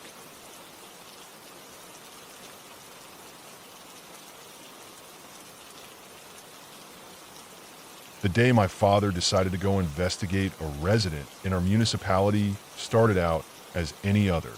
The sun was high in the sky, casting long shadows over the suburban landscape that bordered the countryside. Our area was mostly open fields, small pockets of homes, and the occasional farm. There wasn't much of a town or village in sight. It was quiet here, too quiet for some. Dad had always been involved in local government, serving on the borough council for years. He knew the community like the back of his hand and had seen just about everything. But something had been bothering him for a while. A certain resident, a man who lived in a rundown trailer, had been causing trouble for months. The police had been called to his place more times than anyone cared to count. The man had two sons, both hulking figures, the kind of guys who looked like they could snap a tree in half with their bare hands. They were known to be violent and rough, carrying knives and guns, and most of the neighbors kept their distance. My father wanted to see it for himself, wanted to understand what was going on behind the scenes. So one afternoon, we took the old car out for a ride. It had seen better days, but it still ran, and we didn't mind the rattle of its engine. The drive wasn't far, maybe 10 minutes, just enough to get out of the house and see things up close. We drove down a long gravel road, the dust rising behind us, passing a few scattered houses before reaching the trailers. There were two trailers on the lot. Both of them looked old, but one of them stood out. The one on the left, the worst one, looked like it hadn't seen a coat of paint in decades. Its windows were dirty, and the steps leading up to the door were crooked, held together by nothing more than years of neglect. The grass around it was overgrown, and I could see what looked like trash strewn around the yard. A discarded tire sat near the trailer, and there were empty beer cans scattered on the ground. It was clear no one had taken care of the place for a long time. The trailer to the right, however, was different. It wasn't pristine by any means, but it looked more respectable. The lawn was mowed, and there were a few flower beds that had been tended to. A couple of chairs were placed on the porch, and a small American flag fluttered in the breeze. It was the kind of place you'd expect to see working-class people living in. The kind of place that made you feel like there was still some pride left in the world. Dad parked the car, and we got out. As we approached the decent trailer, the door opened, and a middle-aged couple stepped out. The man looked like he had worked outside most of his life, tough, with hands that had seen their fair share of hard work. His wife was just as weathered, her hair pulled back in a tight bun, wearing an old t-shirt and jeans. They seemed hesitant at first, but when my father introduced himself as a member of the borough council, they warmed up a bit. Dad wasn't one to beat around the bush, so after a few minutes of small talk, he asked them about the neighbors. The couple's faces darkened as they spoke, and it was clear this wasn't the first time they'd had to discuss the people in the trailer on the left. They explained that they had called the police multiple times. The woman who lived there was elderly, at least in her late 60s, maybe early 70s. Her two sons, though, were a different story. They were large, aggressive men who had no problem showing off their knives and pistols. The neighbors didn't dare confront them, and they didn't want to risk their own safety by getting involved too much. But they couldn't ignore the sounds, the screams, the crying. It wasn't the first time they'd heard the woman's voice coming from the direction of that trailer. "Leave me alone," she would scream, her voice shaking with fear. "Just give me back my underwear." That's what the neighbors told my father. Those words, though they sounded almost absurd, carried so much weight in the moment. You could hear the desperation in the woman's cries. The neighbors, being afraid of the sons, had no choice but to call the cops. I stood there quietly, listening to the exchange, but my attention wandered. I wasn't much for grown-up conversations, so I looked over at the rundown trailer. Something about it pulled me in, a strange mix of curiosity and fear. I didn't like the feeling in my gut, but I found my legs moving in that direction anyway. As I walked closer to the trailer, I couldn't shake the sense that something was wrong, completely wrong. The yard was filled with old, rusted junk. I stepped carefully around a broken lawnmower and past a pile of metal scrap that looked like it had been there for years. There was a fridge on the porch, sitting in the corner, its door slightly ajar. On top of it was a rib cage. The bones were bare, dried out, and sun-bleached. At first, I thought it was just some animal bones, maybe from a deer or some other creature that had died on the property. But then I realized it wasn't just any bones. It was the rib cage of a dog. The realization hit me like a slap in the face. I didn't want to look any longer. The hairs on the back of my neck stood up, and my heart started pounding. I couldn't get out of there fast enough. I turned around and nearly ran back to the car, my mind racing. I wasn't sure if I was more scared of the man coming home or what I had just seen. As I got closer to the car, I could hear Dad still talking to the neighbors. They were telling him more about the situation, about how the police had found the woman in the trailer, naked and covered in filth. They had to take her away, but the men were still out there, still free to do whatever they wanted. The neighbors said they had found her in a trailer full of garbage. There were maggots living under her breasts. The stench of decay had been unbearable. And in the living room, a dog carcass, rotting away. I couldn't understand it. I couldn't understand how anyone could live like that. How could someone let another person suffer so horribly and do nothing about it? We didn't stay much longer.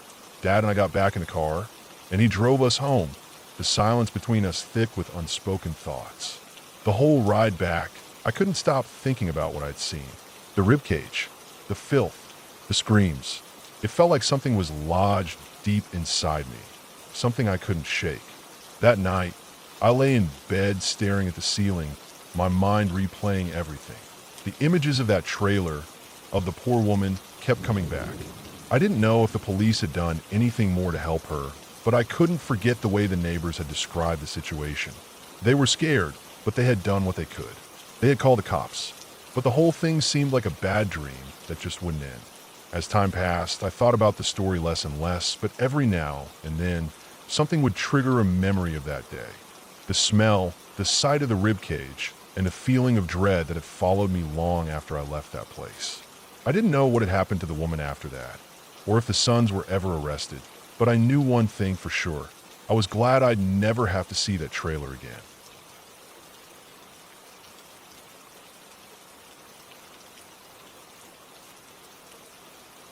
It was one of those lazy, unremarkable afternoons. I was 12 at the time, home alone with only my dog, Bentley, for company. My parents had gone out for the day to run errands, leaving me to my own devices. The house was quiet, the kind of silence that only happens when everyone's gone. It was around 2 p.m. when they left, just about the time the sun was shining bright enough to cast long shadows through the windows. The kind of light that makes everything look peaceful and warm. I was sitting on the couch in the living room playing video games. Bentley, a golden doodle with a perpetually happy disposition, was curled up beside me. He always stayed close, his head resting on his paws, as if he felt the need to guard me, even when nothing was amiss. The house was in a pretty standard layout. The basement, where I occasionally played video games or watched movies, was on the first floor. It had double doors that led to it, old wooden doors that had a distinctive creak when they opened and a heavy slam when they closed. I had spent countless hours in the basement, so I didn't think much of it when I left the doors open earlier while heading upstairs. The house was fairly large, and the basement was almost like a whole separate area. It was cold and dark, even in the daytime, and the double doors that led down to it made it feel like it was locked off from the rest of the house. Those doors were pretty heavy, so when they slammed shut, it made a sound that echoed through the walls. As I sat on the couch, playing a game I'd gotten bored of hours ago, I heard it. The unmistakable sound of the double doors slamming shut. I froze. Bentley, who had been peacefully dozing, raised his head and stared at me, as though waiting for my reaction. For a moment, I couldn't move. The only thing I could hear was the faint hum of the TV in the background. My heart rate increased. It wasn't the wind, I knew that. The doors had made that noise too many times to mistake it for anything else. I stood up, still clutching the controller in my hand, my mind racing. Bentley followed me, padding along behind me. I didn't know what to think. I had left the doors wide open, and now they were shut. The first thing that ran through my head was that maybe someone had come home early. But that wasn't right. No one was supposed to be here for hours. My feet felt heavy as I walked toward the stairs leading down to the basement. I wasn't scared, not exactly. More like uneasy. I knew I had to check it out, though. There was no way I could ignore it. My curiosity was too strong. I reached the top of the stairs and hesitated for a second. I could feel the hairs on the back of my neck stand up. The house felt different, like there was something wrong. I peered down the staircase, but all I could see was darkness, the faint outline of the basement doors at the bottom.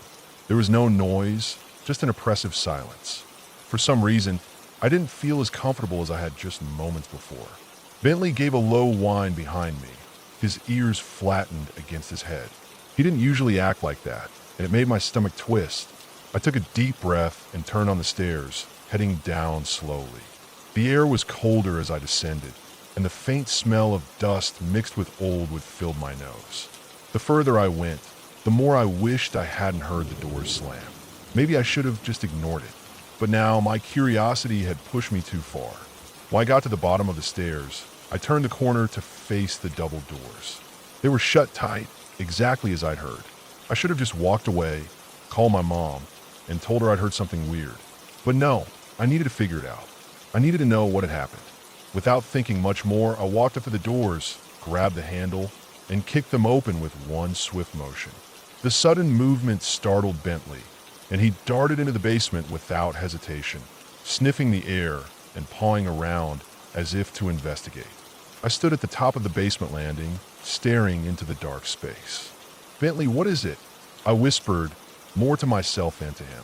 He was already far ahead of me, nosing through some boxes and sniffing the ground near the stairs.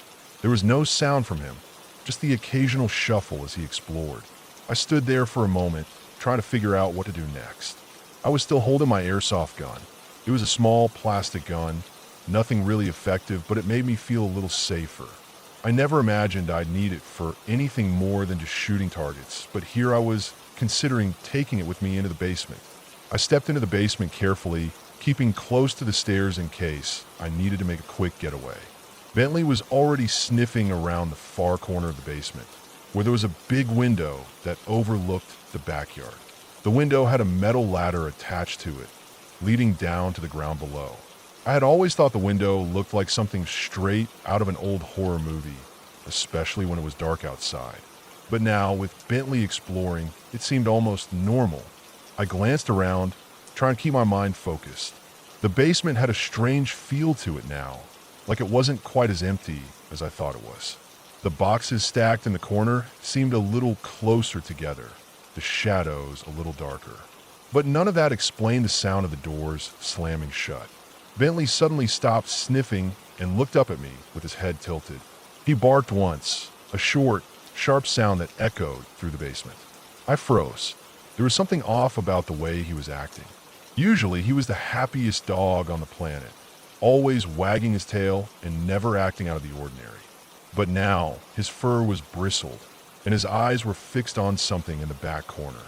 I slowly walked over to him, keeping my eyes on him and the shadows around us. The air was so still, I could hear my own heartbeat thumping in my ears. I stopped a few feet away from Bentley and then noticed it. The window, the one with the ladder. It was wide open. I couldn't breathe for a second. My stomach twisted into knots as the realization hit me. That window hadn't been open when I left earlier. I would have remembered it. It had to have been closed. There was no way it could have opened on its own. My mind raced, jumping from one idea to the next. The first thought that came to my mind was the possibility of an intruder. Someone had opened the window, climbed in, and then left the basement door closed. I turned to Bentley, who was now sniffing around the corner near the window. He barked again, more forcefully this time. I had to get out of there. I had to call someone. My heart pounded in my chest as I rushed back upstairs, Bentley following close behind me. I ran to the kitchen, grabbed my phone, and called my mom. Her voice was calm when she answered, but I could hear the concern immediately. "Hey, Mom," I said, my voice shaking. "I need you to come home. Something's wrong." "Is everything okay?" she asked, sounding confused but also worried. "No, it's not," I said quickly. The basement door slammed shut by itself, and the windows open. I think someone broke in. I could hear her pause for a second, and then she said, "Stay inside. Lock the doors. I'm calling the police. Don't go back down there." I did as she asked, locking every door in the house and sitting by the phone until the police arrived. They showed up about 20 minutes later, and I could see the flashing lights through the windows. 2 officers came inside and asked me what happened. I told them everything, from hearing the doors slam to finding the window open. They checked the basement, but there was no sign of anyone. No broken locks, no footprints, nothing. But the officers didn't look convinced. They kept asking if I'd been sure the window was closed. They checked the area around the window, but it was hard to say for sure if anyone had actually gotten inside. They did suggest that it could have been a break-in attempt that got interrupted, but the fact that there was no sign of forced entry made it more complicated. The next few days were a blur. My mom was worried about leaving the house alone, so she stayed with me, and we barely went anywhere for a week. Eventually, the police left, but they'd mentioned that the area had seen a rise in break-ins. It could have been someone scouting out houses to rob, and maybe they had backed off when they realized the house wasn't empty. Either way, they advised my parents to install cameras around the house for security, which they did. I didn't spend much time in the basement after that. Every time I walked past it, the door seemed like it was watching me, waiting. Bentley didn't act the same either. He became extra protective, staying close to me at all times. I never did find out exactly who had opened that window, but I learned one thing for sure. Sometimes curiosity can lead you into places you don't want to go.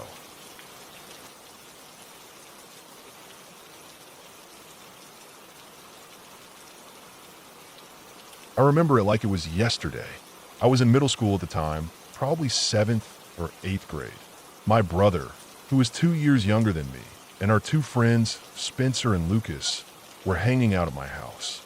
It was a Friday night, and our parents were out at some fancy dinner party, probably about 10 or 15 minutes away. We had the whole evening to ourselves, so naturally we were down in the basement, cranking up the volume on the TV while we played video games. It was one of those nights where we didn't have to worry about chores, curfews, or anything. Just pure, unadulterated fun. My dog, Nugget, a small, scrappy little thing, was curled up on the couch with us. She had this habit of following me everywhere, and I loved it. She was a little mutt, nothing fancy, but she had that fierce loyalty that made her feel like the toughest dog in the world, even though she was probably afraid of her own shadow. At some point, I realized that I needed to let her out to use the bathroom. We had a big yard, and I didn't want to leave her inside too long. I knew she wouldn't bark to let us know, and she wasn't the type of dog to just pee on the floor. So I grabbed the leash, called her over, and walked up the stairs to the back door. The back door of our house had double doors. I always hated those doors.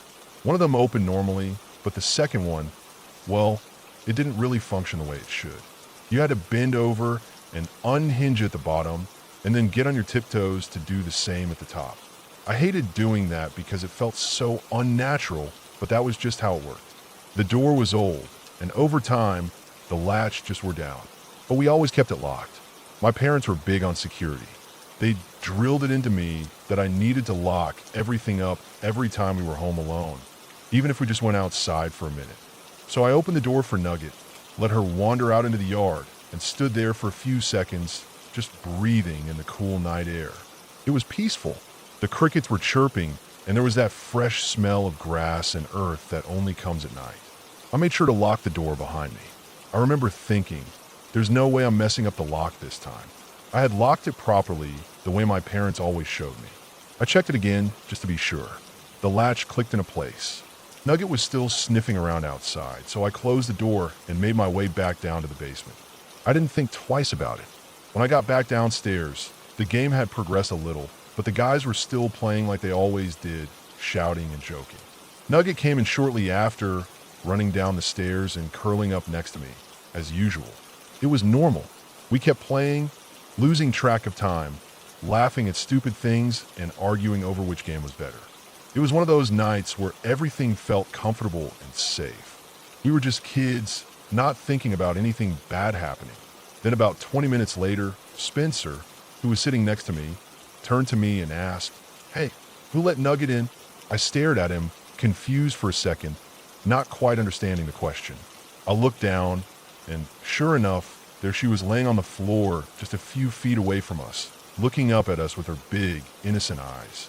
I didn't let her in, and I'm pretty sure neither did Spencer or Lucas. We all just kind of froze and stared at each other, waiting for someone to come up with an answer. For a second, I thought I might have let her in and just forgotten about it, but that didn't make sense. I remembered clearly locking the door. It was like a gut feeling, that certainty that I'd done everything right. There was no way the door had been opened. At least, that's what I thought. But when you're a kid, sometimes your brain likes to play tricks on you. And maybe I had just forgotten. Or maybe one of the guys had opened the door without realizing it. But no, that didn't make sense either. We all stared at Nugget for a few more seconds before I got up to check things out. I walked up the stairs, a weird feeling beginning to settle in my stomach. Something wasn't right. I called out to my parents, just in case they had come home early. But there was no answer. I walked through the house, slowly, trying to make sense of it. Maybe they were in the basement or upstairs, but no. I checked everywhere. The house was silent, except for the faint sound of the TV downstairs. I walked back to the front door. The thing is, our front doors weren't normal. They had to be locked properly, and if they weren't, they wouldn't stay shut. But when I got to the door, I froze. Both of the double doors were wide open. Wide open. I stood there for a second, feeling like I was caught in some weird dream. There was no way that had happened. I had locked that door myself just a little while ago. My heart started to pound in my chest. I ran over and slammed the door shut, checking the lock. It clicked, but something still didn't feel right. I rushed into the garage, hoping to find some kind of sign that my parents had come home. Maybe they had parked in the driveway, and I missed it. But no, the car was still gone. I grabbed my phone, my hands shaking, and dialed my parents. My mom answered, sounding cheery, but I could hear the noise of a party in the background. I quickly explained what had happened, trying to stay calm, but I could hear the panic rising in my voice. I told her about the doors, the dog, everything. She didn't sound worried at first, just confused. But when I told her I was sure the doors were locked, she said she and Dad would come home immediately. I hung up and grabbed the biggest kitchen knife I could find. I knew it was probably stupid, but I didn't know what else to do. I felt like I needed some kind of protection. My brother, Spencer, and Lucas all followed me to the storage room, and we huddled together in there, just waiting. The air felt thick, like everything had slowed down. We could hear the sound of our own breathing, the rustling of clothes, but nothing else. The house felt eerily quiet, as if it were holding its breath. We stayed in the storage room for what felt like hours, even though it was probably just 15 or 20 minutes before my parents came home. I couldn't even explain the sense of dread that filled my chest. It was like something was waiting, watching, but there was nothing there to see. The whole time, I kept thinking back to the open door. How could it have happened? Who would have opened it? And more importantly, why? When my parents got home, they checked the house, but they didn't find anything unusual. No sign of a break-in, no one hiding in the closets, nothing. The doors were locked. The windows were shut. Everything seemed normal, except for the fact that I knew something had happened. But we never figured it out. My parents just chalked it up to some freak accident. Maybe the wind had blown the door open, or maybe the latch didn't catch properly. But I couldn't shake the feeling that something or someone had been in the house while we were downstairs. The next day, we all just tried to move on, but the weird feeling didn't go away. Even though the house was still the same, it never felt the same to me. I kept checking the doors, double-checking the locks, and looking over my shoulder when I went upstairs. I still don't know what happened that night, but I'll never forget the feeling of walking up those stairs and seeing both front doors wide open like someone had been standing on the other side, watching. It wasn't just a creepy thought. It felt real. And even now, as an adult, I sometimes find myself looking over my shoulder when I'm home alone, wondering if that night will ever be fully explained.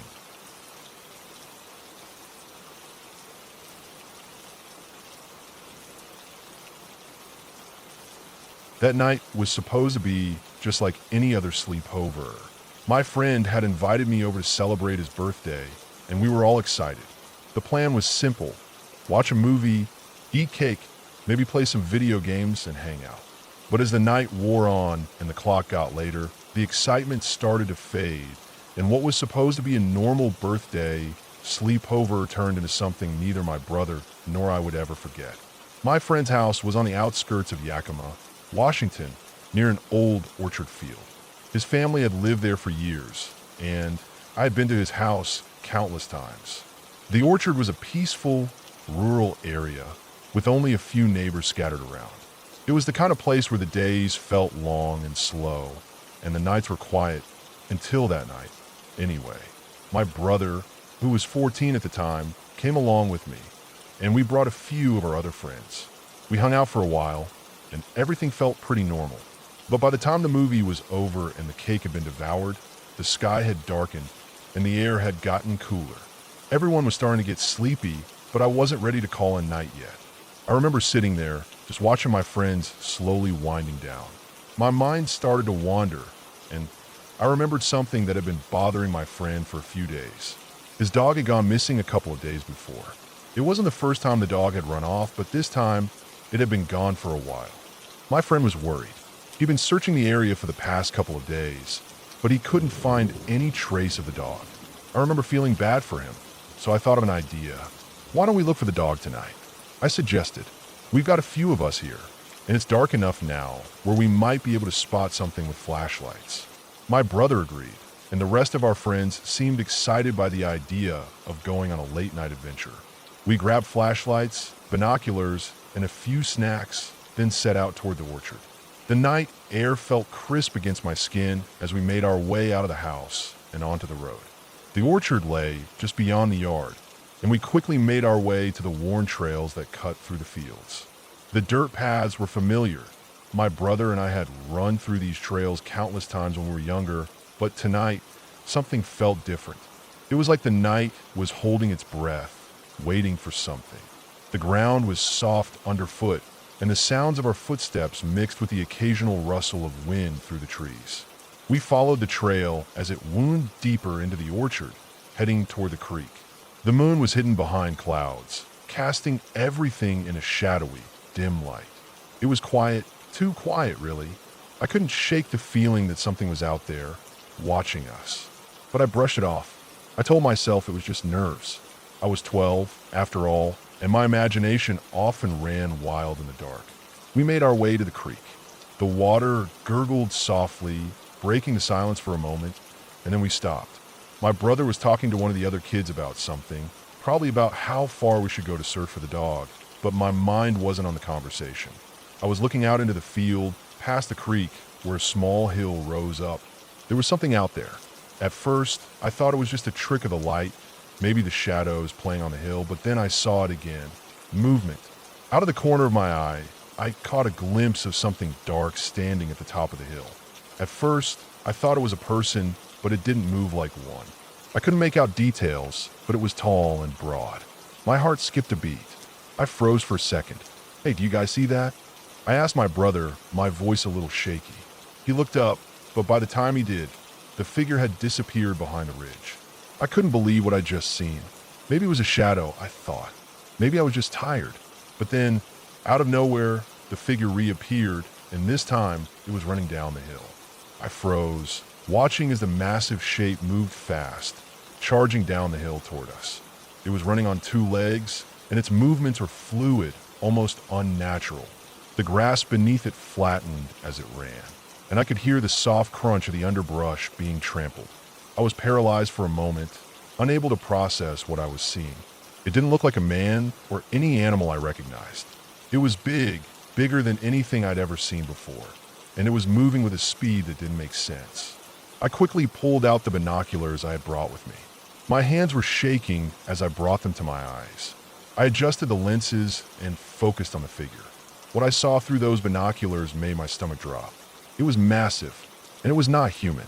I could see it more clearly now, furry, with broad shoulders and long, powerful legs. Its face wasn't visible, but the outline of its head was large and round, like a silhouette of something unnatural.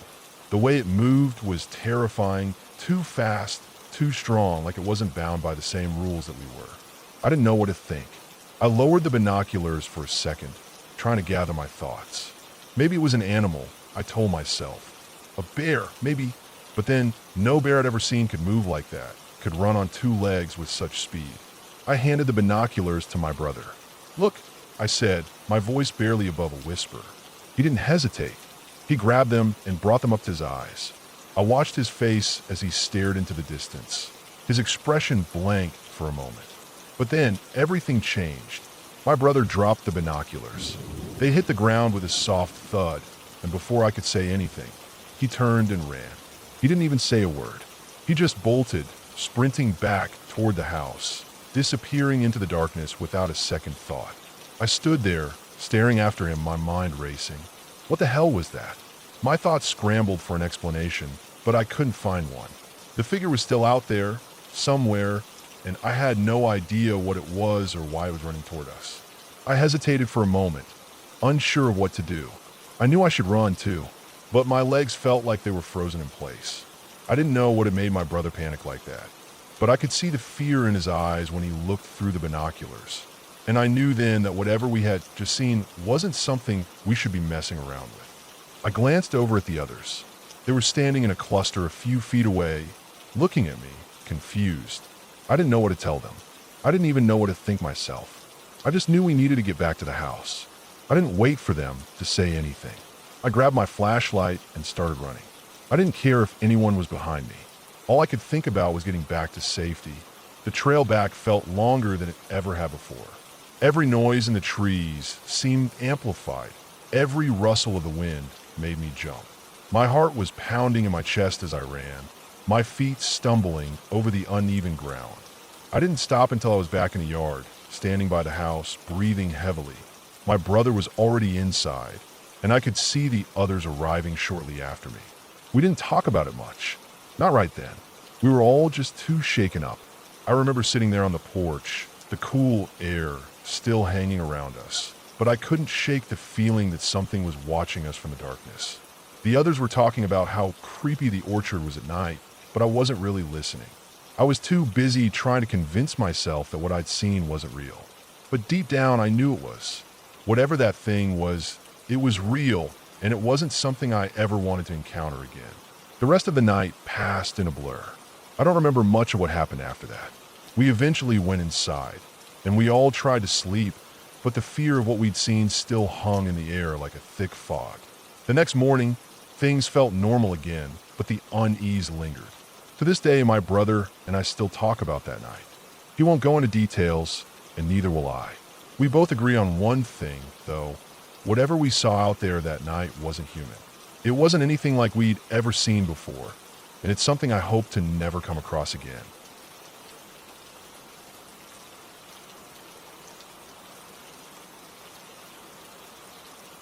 I don't know how to explain what happened to me last month. It's something that's stuck with me ever since, and it still doesn't make sense. I'm not a superstitious person by any means. I've never been one for horror stories or myths about the supernatural. I've always been a grounded, practical individual, and I've never believed in anything that couldn't be explained by reason or science. But the events of that night have shaken me to my core, and every time I think back to it, I still feel the chill of it creeping up my spine. It all started with a dream. It wasn't even the kind of dream that you can just brush off. No, this one felt different. I can still remember every detail like it was just yesterday. I was walking down a familiar street in my city, the kind of street that I've walked down 1,000 times. The air was cool, the sky dimming into twilight, and everything felt just off. I couldn't put my finger on it, but there was an unsettling sense of unease hanging in the air, like something wasn't quite right. As I walked, a stranger came into view. I didn't recognize him, but I didn't think much of it at the time. He was dressed in a dark hoodie, and his face was mostly hidden in the shadows of his hood. He seemed to be walking aimlessly, as if he didn't have a particular destination in mind. He didn't make any attempt to approach me at first, but as I got closer, he suddenly turned to face me and asked something in a low voice. I couldn't make out what he said, but it sounded like a question. Maybe he was asking for directions, maybe not. I honestly don't know. I leaned in closer, trying to hear him better, but as soon as I was within arm's reach, everything changed. The man's face twisted into something strange, almost predatory. Before I could react, I felt a sharp prick in my arm. A needle. He had stuck me with a needle, and whatever he injected into me was immediate. My vision blurred, and my legs gave way beneath me. The last thing I remember before blacking out was his cold, empty eyes staring down at me as I collapsed to the ground. When I came to, it wasn't the same street. It wasn't even my city anymore. I was lying on a cold, stone surface, my body stretched out. I couldn't move, and my skin burned with a horrible, searing pain. I tried to scream, but my voice was hoarse, barely a whisper. The surroundings were unlike anything I had ever seen. It wasn't a building or a house, but some kind of dungeon, a dark, oppressive place filled with shadows and the stench of rot. The walls around me were covered in strange symbols and markings, ones that made no sense. I could hear movement, whispers, and something dark and malicious was closing in on me. I couldn't turn my head, but I could feel the presence of others, their eyes watching me, waiting for me. My heart pounded in my chest, and I fought against the restraints that held me in place. But there was no escape. There was no way out. Then I heard the voices. "There is no escape," they said. "There is no escape." The demons, if they were even demons, laughed. The sound of their laughter echoed off the stone walls, sending chills through my body. It was guttural, malicious, and it made my skin crawl. I pulled on my chains, desperate to break free, but it was no use. The more I struggled, the tighter they seemed to get, as if they were intentionally tightening them just to watch me squirm. Then, out of nowhere, I heard a sound. Ding-dong. At first, I thought it was part of the nightmare. It didn't make sense, but I thought maybe the dream had changed again, shifted into something else. But then it came again. Ding-dong. It was real. It was real, and it wasn't part of the dream. I snapped awake, sitting up in a cold sweat, my breath coming in ragged gasps. The darkness of my bedroom surrounded me, and I was instantly disoriented.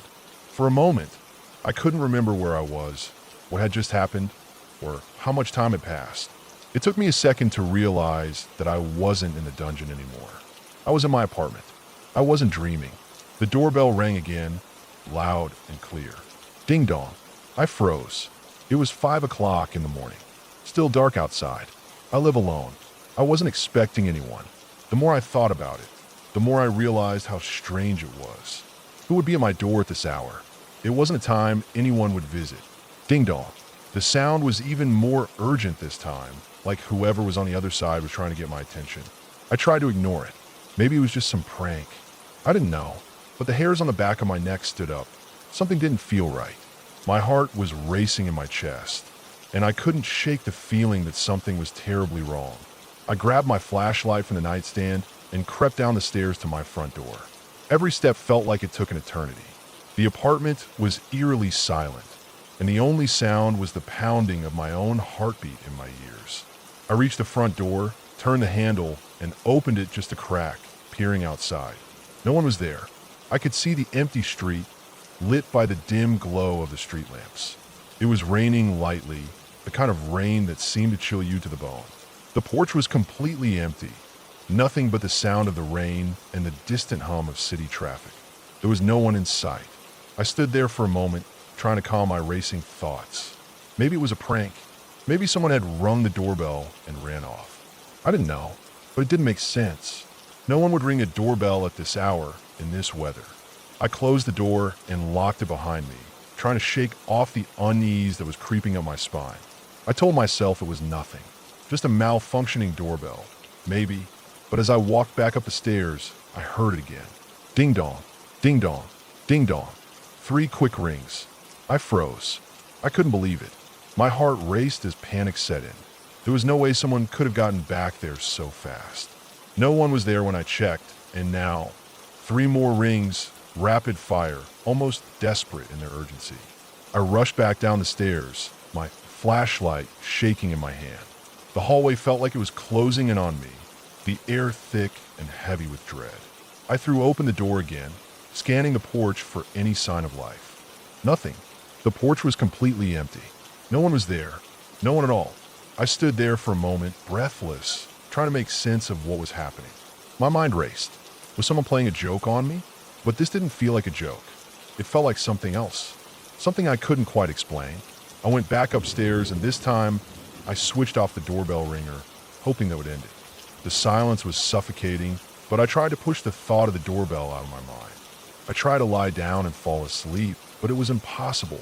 The unease was still there, clawing at the edges of my thoughts. The cold sweat hadn't entirely left my skin, and I couldn't shake the feeling that something was lurking just outside, waiting. Eventually, I must have fallen asleep, but it wasn't peaceful. I dreamed again, though this time, the dream was different. I was back in my apartment, standing at the door, listening to the doorbell ring. But when I opened it, there was nothing there. Just darkness. Absolute darkness, stretching out beyond the porch, pulling me into it. And the more I looked into it, the more I felt something watching me from the void, something that wasn't human. I woke up with a jolt, gasping for air, my sheets tangled around me. The doorbell didn't ring again that night. The next morning, I called a locksmith to check the doorbell wiring. He told me it wasn't malfunctioning, that everything was working perfectly. He left, and I was left to wonder what had happened. I can't explain it. I still don't know what to make of it. It felt like something more than just a prank. It felt intentional. And even now, every time I hear a doorbell, I freeze. I don't know who or what was trying to reach me that night. Maybe it was nothing at all. Or maybe it was something I'll never understand.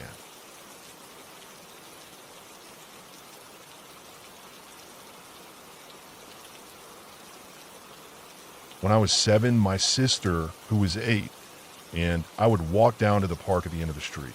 The park wasn't much, just a couple of old swings, a slide that had probably been there since the 70s, and a small set of bleachers left over from some forgotten youth league game. But to us, it was enough. The park was right next to a church, and the whole thing felt a little off. I guess it was the kind of place where you felt like the shadows stayed too long, but it was also familiar, and familiarity made it feel safe in its own way. At least we told ourselves it did. The walk was short, just down the block, but we had to be careful. The area was rough, and we knew it well. There were broken bottles scattered in the grass, and every once in a while, you'd find a needle, usually sticking out of the ground at an odd angle. There were drunks, too, always slumped behind the bushes or in the alleyway by the old liquor store. We learned quickly to avoid them. Don't poke at them, don't mess with them, and for God's sake, don't make noise if you see someone passed out. Most of the time, you could tell they were so deep in their own world they wouldn't bother you, but you never knew. And we had been told more than once that if a black Lincoln Town car ever pulled up and someone asked us for help, we were supposed to run. That wasn't normal. It wasn't safe. Adults didn't ask kids for help unless they had something else in mind. I was pretty plucky back then. I was the kind of kid who would shout at the black Lincoln if it ever came near, telling it to get lost. But most of the time, the car stayed away, and we were left to figure out how to find enough loose change under the bushes for candy at the convenience store. That was the best part of the day, candy and the freedom to wander without anyone telling you to hurry up. One day, my sister and I were doing what we always did, crawling around in the bushes by the church, looking for spare change. You'd be surprised how much you could find if you looked carefully. Nickels and dimes that had fallen out of the pockets of the drunks who passed out behind the church the night before. We'd pick them up and put them in our pockets, excited about the handful of change that would soon turn into a sugary treat. But that day was different. We had just gotten to the far side of the bushes where the older pine trees were when we heard something that made both of us freeze. It was a man's voice, low and desperate, almost like he was coughing, but there was something else to it, too. A kind of pleading in the way he said it. It wasn't right. The sound made my stomach twist. Help! He wheezed, and it was followed by a strangled sob.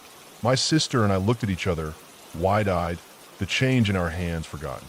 We both slowly crept toward the sound, instinctively staying quiet. We knew the park well, but the voice we were hearing wasn't one we recognized. It was coming from behind the church, near the wall that separated the parking lot from the small yard the church had. We got closer, peeking around the corner, and then we saw him. He was huddled there against the wall of the church, curled up like a heap of broken parts. The man was young, not much older than the older teenagers who hung around the park sometimes. His face was so badly cut and bruised that I couldn't even make out his features. His skin was streaked with dirt and blood, dried, black-brown streaks that ran down his face and arms. His clothes were ripped, and his blue plaid flannel was soaked through with blood. His jeans, torn at the knees, were coated in dirt and darker stains, and there was a deep cut on his leg that looked fresh. It was a mess, a bad mess. His whole body shook uncontrollably, and he was crying, his breath ragged and broken, as he begged the church wall to help him. The sound of him crying was like nothing I'd ever heard before, raw, broken, and full of pain. I didn't know what to do. I wanted to run away, but my sister was already walking toward him. She was always the brave one. At least, that's what I told myself. She crouched down beside him, carefully keeping her distance because of all the blood, but her voice was soft. She told me to stay with him while she went to get help. I remember watching her go.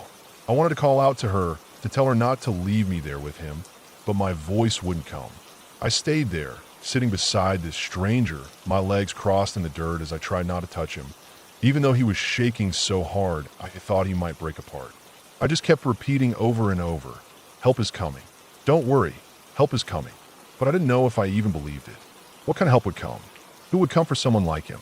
As I sat there, the man's voice grew quieter, like he didn't have the energy to beg anymore. He was mumbling now, but the words didn't make sense. He kept apologizing over and over again, as if he was apologizing for something. For what? I didn't understand.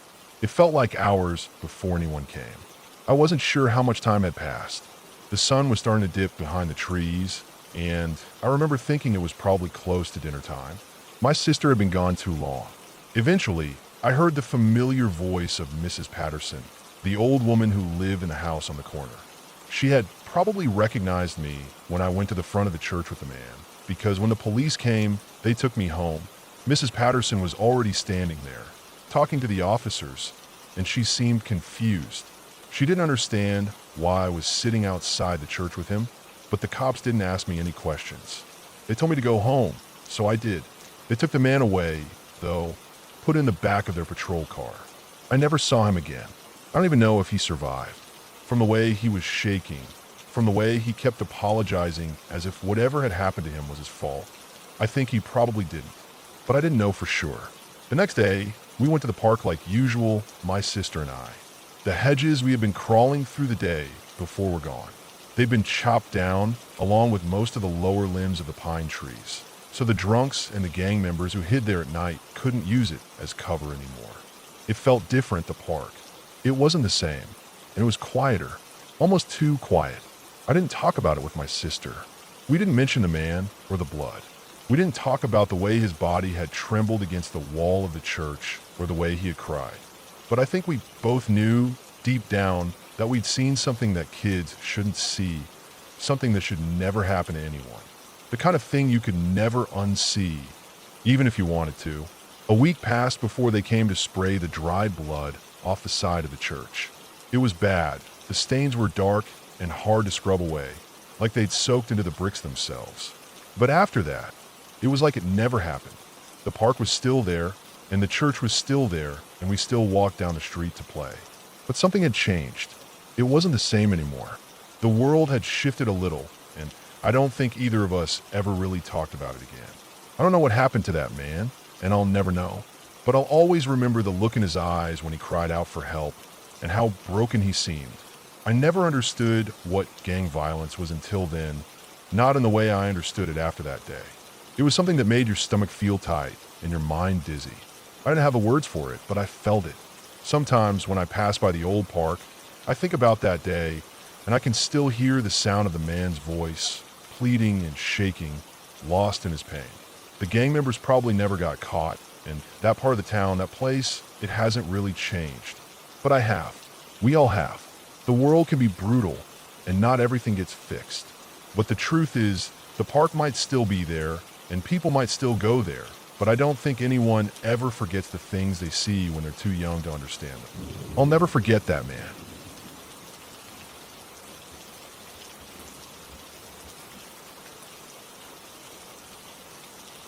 It was just after 1 a.m., and we were all wiped out. Our visit to Carowinds had been a blast, but the fun of the day had drained us. My friends and I had been at the park all day, riding roller coasters, eating overpriced food, and walking around in the hot summer sun. We were heading home now, but it felt like the day had just never ended. We were exhausted, dead tired really, and the car was filled with the heavy hum of quiet, tired voices. Most of us had our heads leaned back against the windows, trying to get comfortable, trying to ignore the exhaustion pulling at us. The drive home from Carowinds should have been simple. It was a straight shot, but it was 1 a.m. on a Monday night, so the road was deserted. The only sounds in the car were the low hum of the engine and the occasional shuffle of someone shifting in their seat. My one friend, Mark, had the license, but he was too tired to drive, and after a few minutes of quiet arguing, he passed me the keys. I was 16, way too young and too inexperienced to be driving without a license. But in the moment, I didn't care.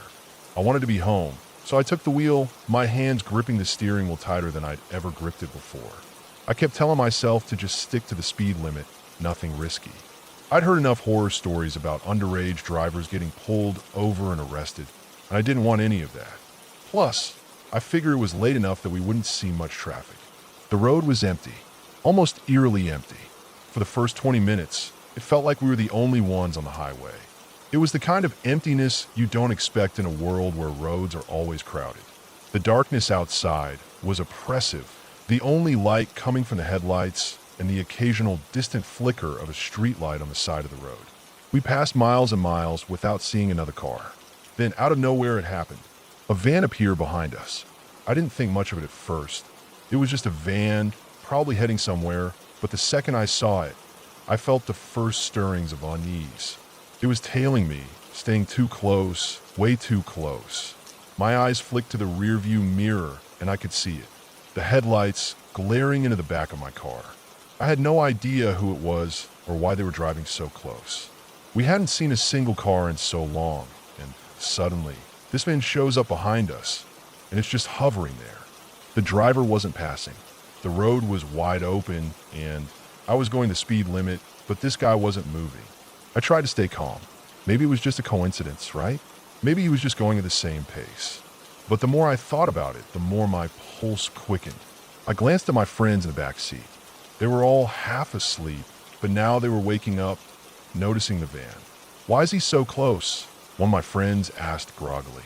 I didn't answer, but I could feel the panic starting to crawl up my spine. I kept my hands firm on the wheel, not wanting to make any sudden moves. I didn't know what this was, if it was just someone driving like an idiot or if I was overthinking it. But every part of me screamed that something wasn't right.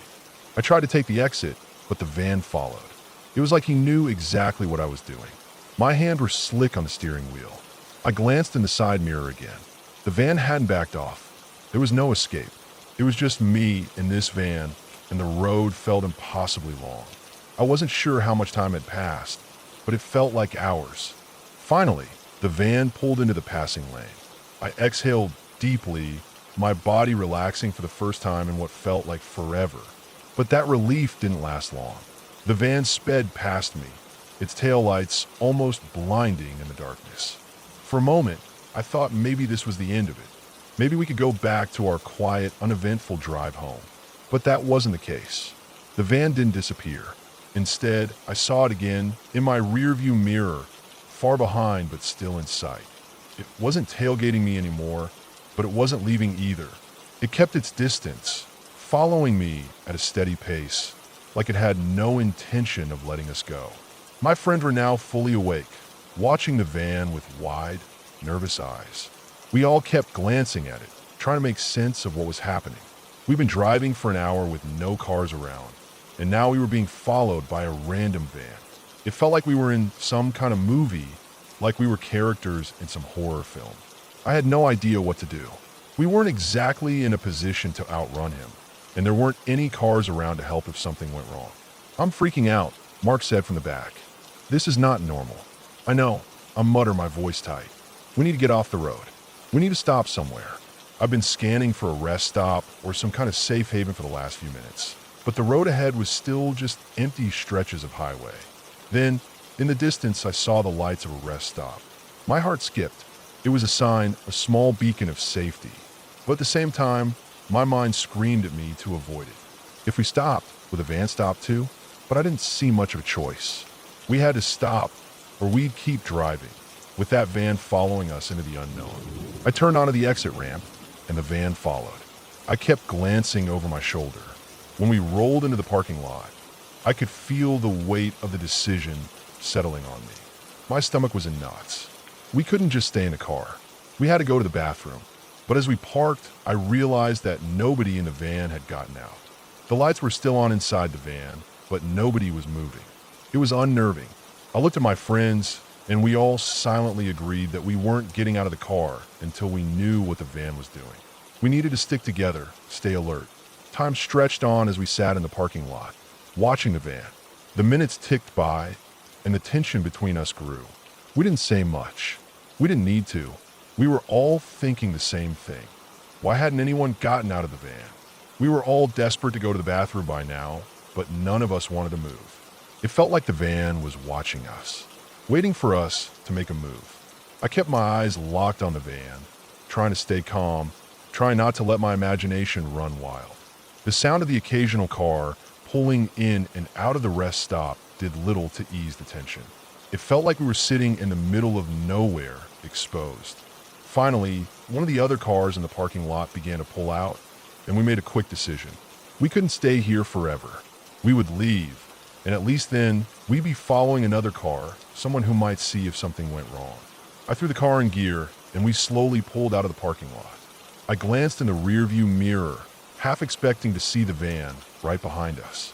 But when I looked back, the van was still sitting there. Its lights were off now, and it was dark. For a moment, I thought I'd imagined it all, the tailgating, the tension, the fear. We didn't look back after that. We made it home safely, without incident, but the unease never quite left me. The memory of that night, the feeling of being followed on an empty road by someone who never got out of their van, stayed with me. Even now, years later, I don't know what would have happened if we hadn't stopped. I'll never know what the van driver's intentions were. I don't know if we were just paranoid, or if something much darker was at play that night. But I know one thing for sure. I never, ever want to be in that situation again.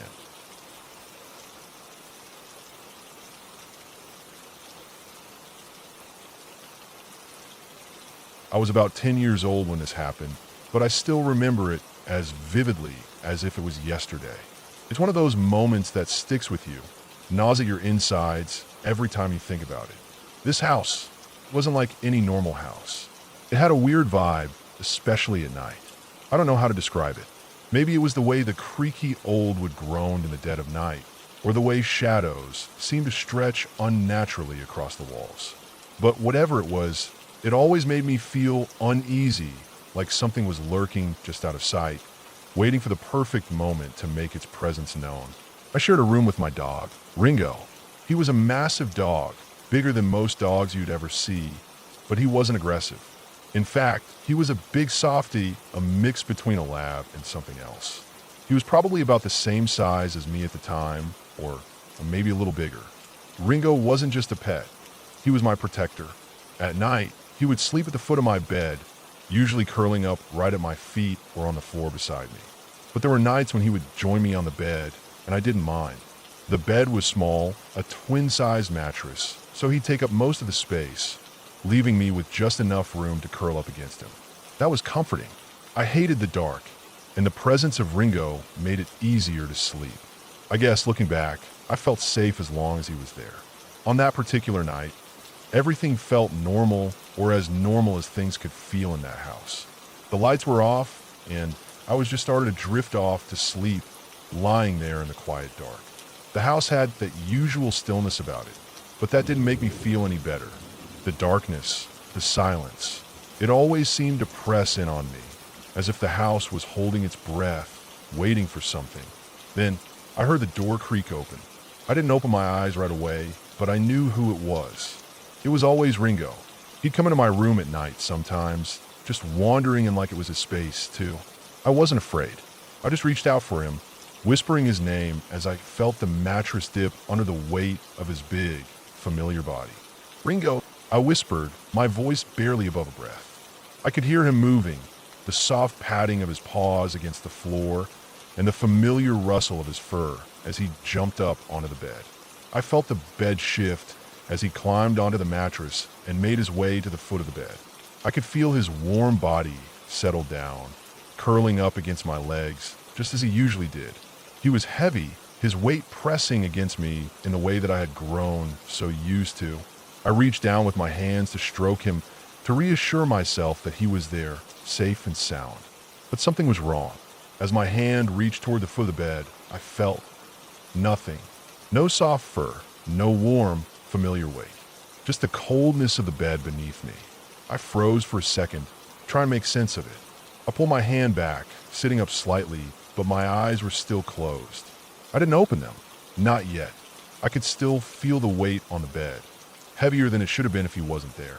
It was like his presence was still there, but my hand couldn't find him. My heart began to race.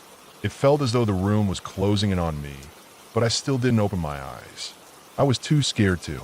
I didn't want to see whatever was on the other side of the darkness. Finally, my curiosity got the better of me. I had to know for sure.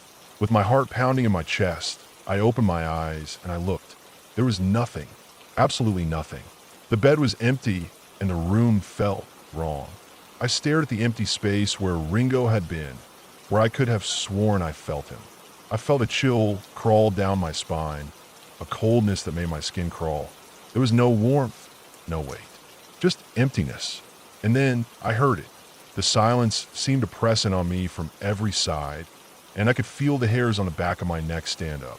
My mind was racing, trying to process what had just happened. Was I dreaming? Was I imagining things? But I knew, deep down, this wasn't a dream. I wasn't imagining it. I could still feel the weight, the pressure on the bed, but there was nothing to explain it. It was like my mind was playing tricks on me, but the reality of it, the sensation of something that was there but was too real to ignore. The panic set in like a tidal wave, and I screamed. I screamed louder than I ever had before, my voice cutting through the silence of the room. I don't even remember exactly what I said, but I know I screamed for my mom, for anyone to come. I needed someone to make it stop, to tell me it was all in my head. Mom came rushing up the stairs, her footsteps pounding as she hurried to my room. I could hear her calling my name as she opened the door, her voice full of concern. I didn't even know what to say when she got to me. I just clung to her as if my life depended on it, telling her that something was wrong, but I couldn't explain it. She tried to calm me down, asking what happened, but I couldn't make sense of it. How could I? I had no words for something that didn't make sense, something that didn't belong. After that, I don't really remember much. I don't know if I fell asleep or if my mom stayed in the room with me. But when I woke up the next morning, everything seemed normal again. Ringo was there, sprawled out on the floor by my bed, just like he usually was. There was no sign of whatever had happened the night before, no trace of anything unusual. It was as if the whole thing had been a bad dream, something that could be brushed aside. But I knew it wasn't. I could still feel the weight on the bed, the pressure, the coldness that lingered in the air even after I opened my eyes. It didn't make sense, and that's what scared me the most. I don't know what happened that night, but I do know that something in that house wasn't right. Something in that room wasn't right. And it wasn't the first time something strange had happened, either. There had been other things before, small things, noises I couldn't explain, shadows that seemed to move when I wasn't looking. But this was different. This time it felt real. Too real. I never really talked about it with anyone after that night. People brushed off the strange happenings as my imagination, or as something I had dreamed up. But deep down I knew something was wrong with that house. Something that I couldn't explain, something that didn't fit. And even though it was just a moment in time, it stuck with me. The fear of that feeling, the weight on the bed, the empty space where Ringo should have been, never really went away. It lingered, a shadow in the back of my mind, whenever I thought about that night. And even now, all these years later, I can still feel it. That night was the first of many strange things that would happen in that house. But it was the one that scared me the most. The one that I still can't shake. And though I've tried to forget, I don't think I ever will. Because when you felt something like that, something you can't explain, something that didn't belong, it stays with you. It becomes a part of you. And no matter how many years pass, you can't forget what you felt, what you experienced. The fear doesn't go away. It just becomes a part of your memories, a piece of your past that never quite fades.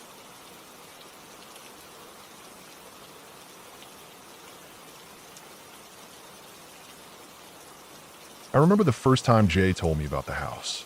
We were sitting in his garage, the smell of motor oil and the rumble of his tools surrounding us. Jay was a tough guy, always had been. He worked as an engine mechanic, built like a tank, a no-nonsense type of guy.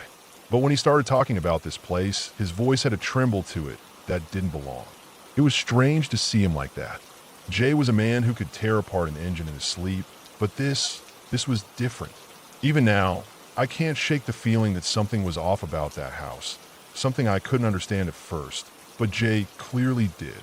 It all started when things went south for Jay and his wife. They'd been going through a rough patch, job troubles, financial stress, the whole 9 yards. They needed somewhere to stay, and that's when her uncles came into the picture. They had this little business flipping houses, buying rundown properties, fixing them up, and selling them for a profit. One of their recent purchases was a cheap place in an old, decaying suburb of Toronto. It wasn't much, but it had an extra bedroom, and it was affordable. Perfect for Jay and A to get back on their feet, at least for a while. I remember hearing about the place when they first moved in. It was an old house in bad shape, with broken windows and creaky floors. It had the kind of charm you get from a house that's been around for decades, but the kind that's been neglected for far too long. The kind of charm that made you feel like it was holding on by a thread. The house had been abandoned for a while, and it showed. The kitchen was falling apart, the walls had holes, and the basement had a musty smell that no amount of air freshener could cover up. Jay and it took the ground floor, which included a small kitchen, living room, and one bedroom. The upstairs was unusable. The stairs were too rickety to trust. They moved in with their 2 cats and tried to make the best of it. For the first few months, things seemed fine. Jay worked long hours as usual. It kept the house in order, and the cats, well, they were their usual quirky selves. The house felt empty, but it wasn't unbearable. There was an eerie quiet to it, but that was just the kind of place it was. Old houses had a way of being like that. At least, that's what Jay said at first. Then the uncles decided to rescue 2 more cats. They thought it would help with the mice problem they assumed they had. The house was a mess, after all. So, 4 cats now roamed the halls, with Jay and they trying to juggle their lives and keep everything under control. But that's when things started to change. At first, it was little things going missing, then popping back up in odd places. Jewelry, small items. Nothing major, but it was the kind of stuff that made you scratch your head. A's earrings would disappear and reappear in the weirdest spots. Jay's wrench, which he was sure he'd left on the counter, would show up on the windowsill. Little things, but enough to start messing with your mind. They shrugged it off at first. Jay had always been a bit forgetful, and A was used to him misplacing things. No big deal, right? But then came the cats. It started slow. Every so often, they'd find all 4 cats gathered in the hallway outside the basement door, sitting in a perfect semicircle, just staring at it. Not moving, not meowing, just watching. At first, they thought it was odd, but didn't think much of it. Cats did strange things sometimes, right? But then the hissing started. The kind of hissing that made your hair stand on end. The cats would hiss and growl, staring at the basement door with such intensity it felt like they were trying to warn them about something. It didn't make sense. It wasn't normal cat behavior. One night, the yowling started. It was loud, shrill, the kind of sound that could wake you from a dead sleep. Jay and 8 jumped up, rushing out of bed to find the cats all riled up, hissing and yowling at the basement door like their lives depended on it. Jay went downstairs, checking for rats or any other reason the cats might be acting up, but he found nothing. The basement was empty, still, and quiet. The cats didn't calm down, though. They kept up their howling, staring at the door, until they finally scattered, one by one, disappearing into the house.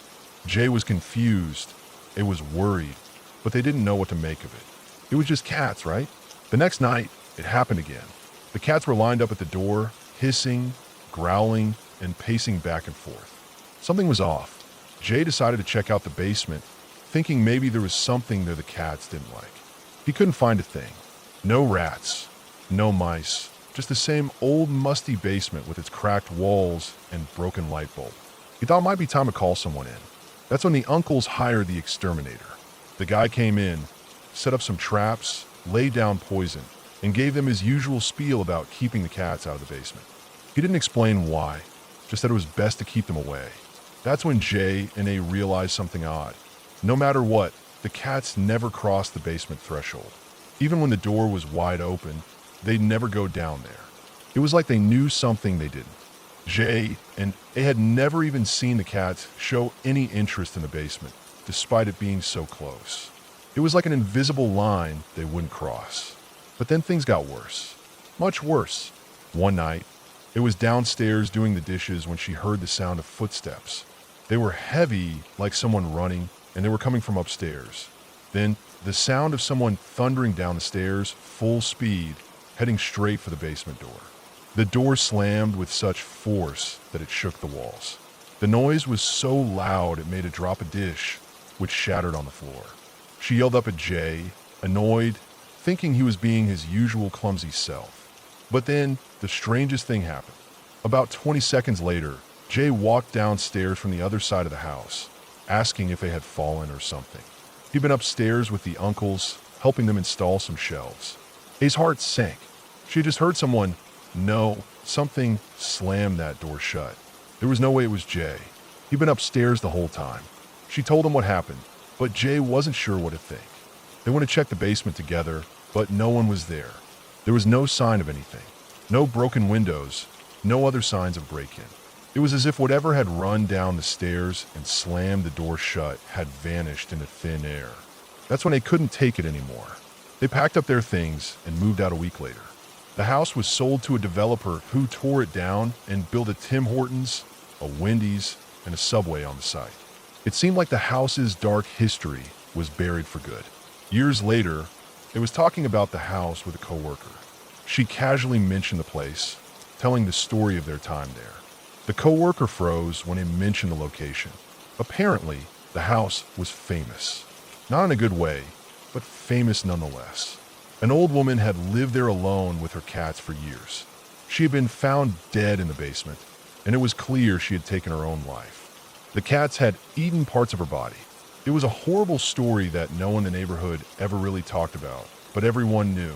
The kids used to dare each other to sneak peeks into the basement window, trying to see what was inside. The house had always had a reputation for being off. No one ever really talked about the woman or what happened, but it was always there, hanging over the house like a dark cloud. When I heard that, a chill ran through me. I didn't want to believe it, but the way Jay described the house, the fear in his voice, the way the cats acted, it all started to make sense. I still don't know what happened in that house, but I know one thing for sure. There was something wrong with it. Something that didn't belong. Something that never should have been there. And even now, when I pass that Tim Hortons and see the old site, I can't help but wonder how many people know the real story behind that place. I know I'll never forget it.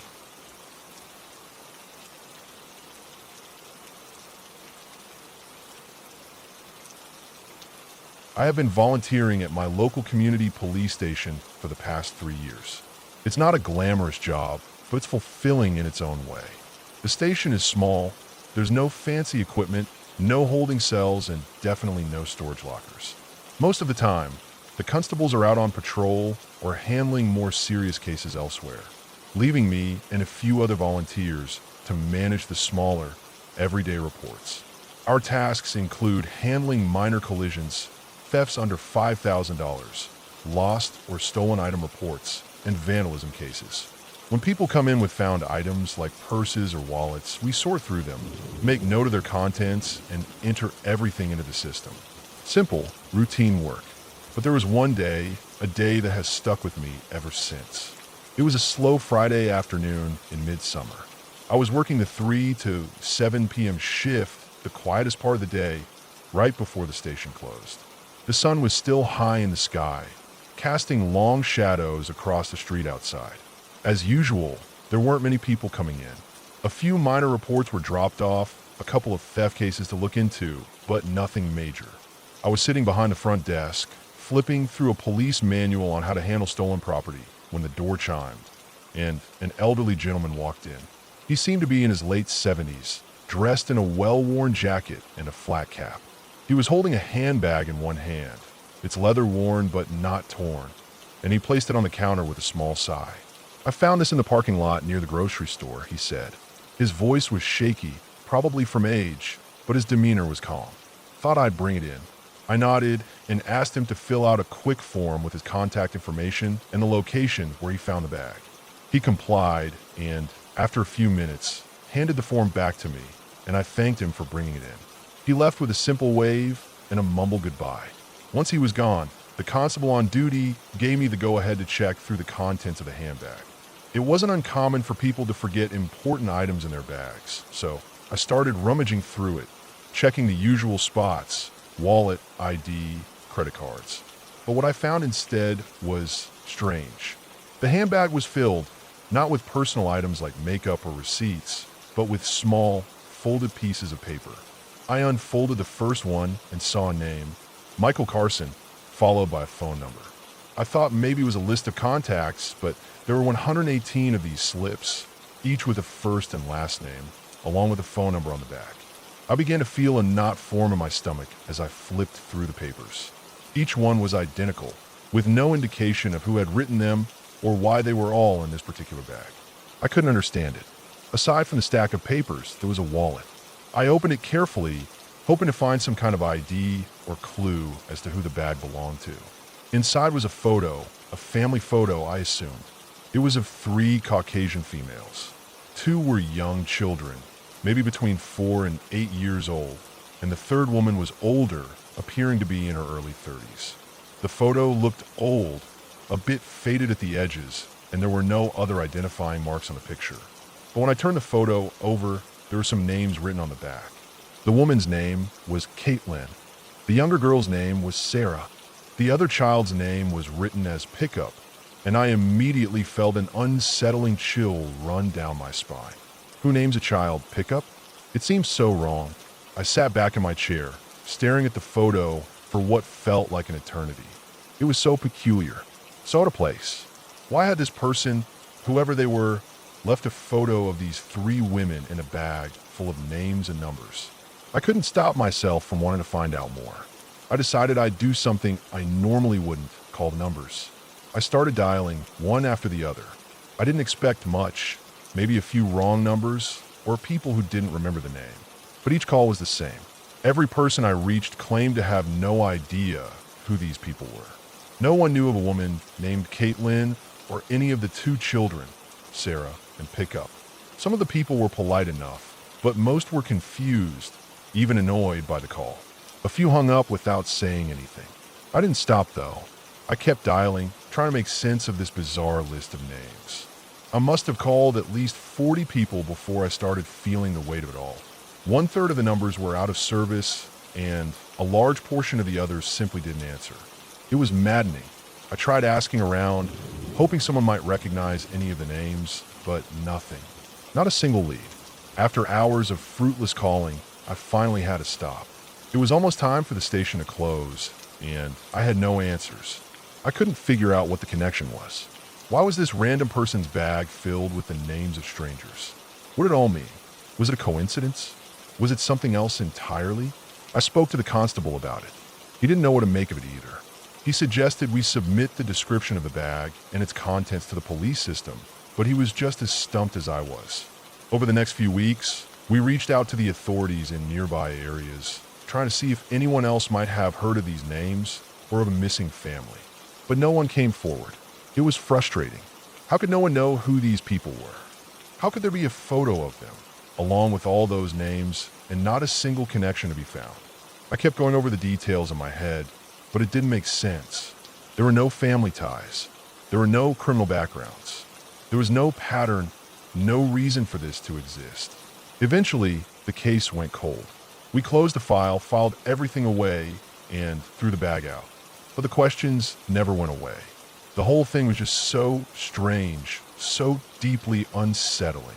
To this day, I can't forget about it. There was something about that bag, about those names, about that picture that gnawed at me. Who were those people?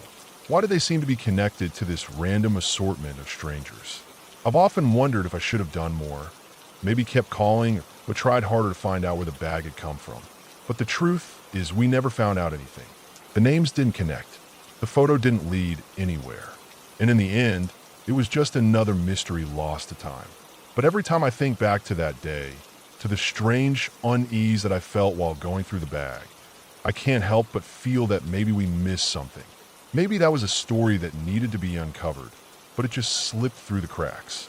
Whatever it was, it still bothers me. Because there's no closure. Just an unanswered question that still haunts me. What happened to those people in the photo? Why were their names, their lives in that bag? And most chilling of all, why did no one know who they were?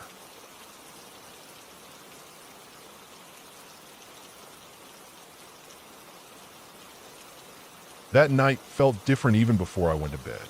There was something in the air, heavy, thick, like the world was holding its breath. I don't know why, but I couldn't shake the feeling. Maybe it was the storm rolling in, clouds pulling together like they were conspiring.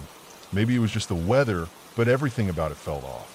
I'd spent the evening watching an old episode of The X-Files, the one where the guy has cockroaches crawling under his skin.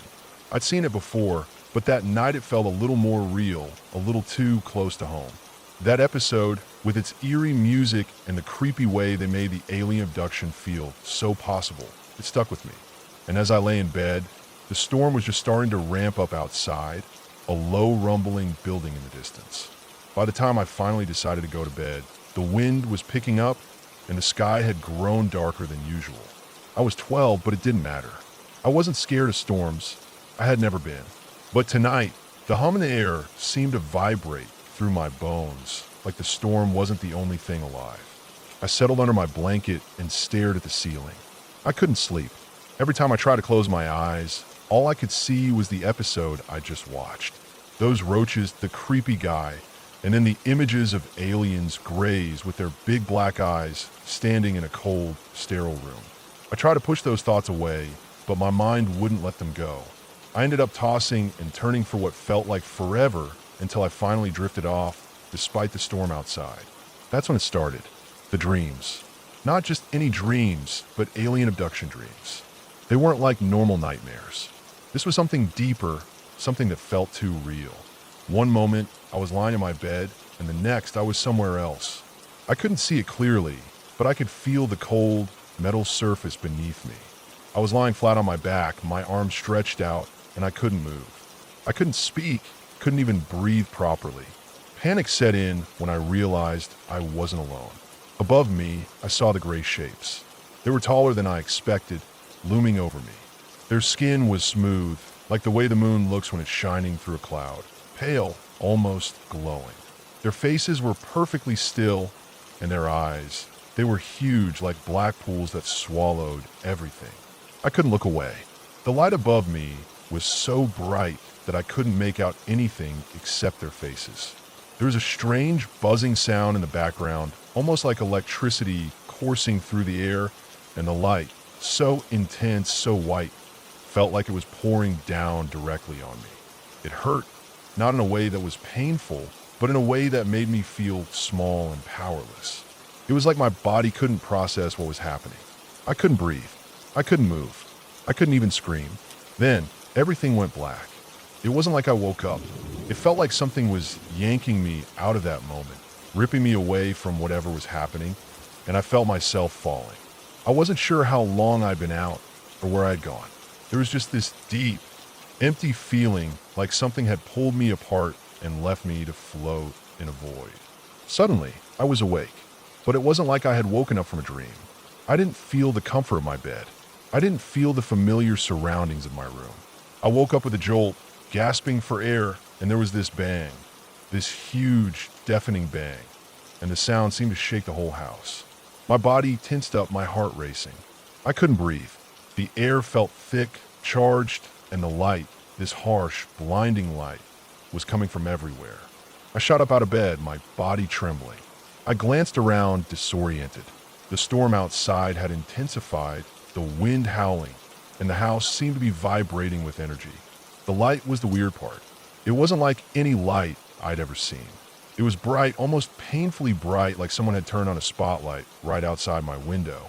I could see the shadows of the trees swaying violently against the glow, and there was an odd buzzing sound now, too, almost like a hum in the air reverberating in my chest.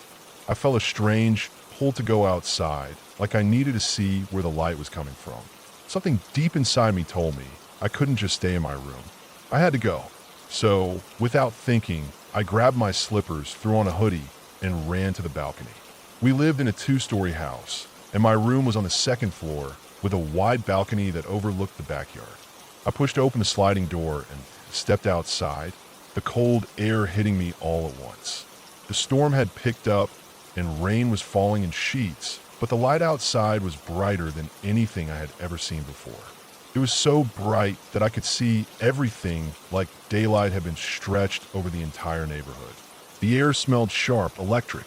I stepped closer to the railing, trying to make sense of what was happening. That's when I saw it. The paper bark tree in my neighbor's yard had been split down the middle. I don't know how else to explain it. The trunk was snapped in half, jagged and twisted, like something had struck it with enough force to break it in two. It wasn't just broken, it was scorched. The bark around the split had been peeled back, and glowing embers were floating through the air. They drifted like fireflies, catching the light and shimmering in the stormy night. The air around the tree was thick with the smell of burning wood and something else, something chemical. It was like the world had been suddenly set on fire, but the flames didn't exist. They were just these floating embers.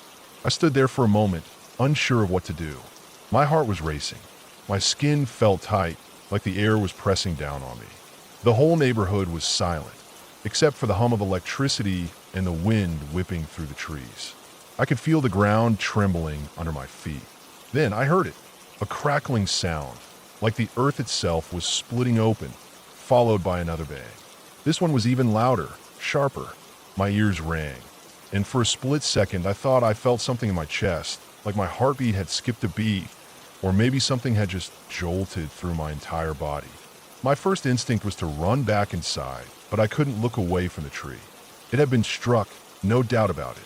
The light from the storm seemed to center around it, the brightness almost blinding as I watched the embers float away on the wind. I don't know how long I stood there. It felt like hours, but it was probably only a few minutes. I don't know if I was waiting for something to happen, or if I was just trying to make sense of what I had seen. But that's when I thought of it. The aliens, the light, the strange buzzing sound, the way everything had felt before I woke up, like something had taken me and dropped me back into my bed. It all clicked. It was stupid. I know it sounds stupid, but the thought hit me hard. What if I wasn't just dreaming? What if the light, the storm, the strange sensation that had taken over my body, what if it had been real? What if I'd been taken by whatever it was I'd seen on that show? The Greys, the aliens, and what if they had brought me back in a lightning strike? Like I was being transported through time and space, back into my bed, through the very storm that had hit that tree. I can't explain it. It doesn't make sense. But that's what it felt like. And the more I thought about it, the more it felt like the only explanation.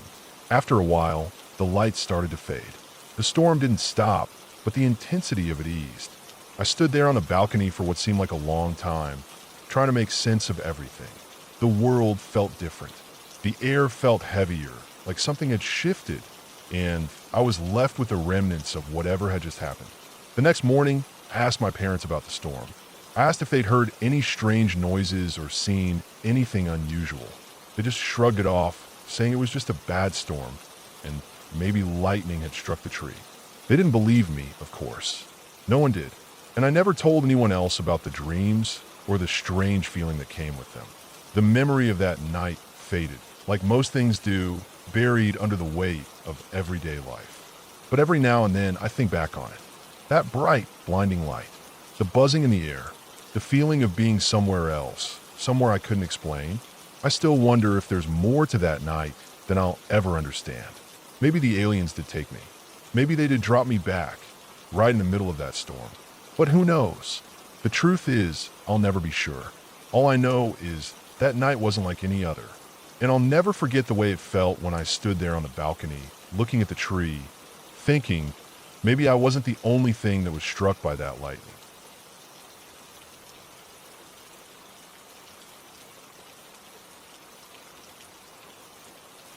This experience I'm going to share scared the living hell out of me.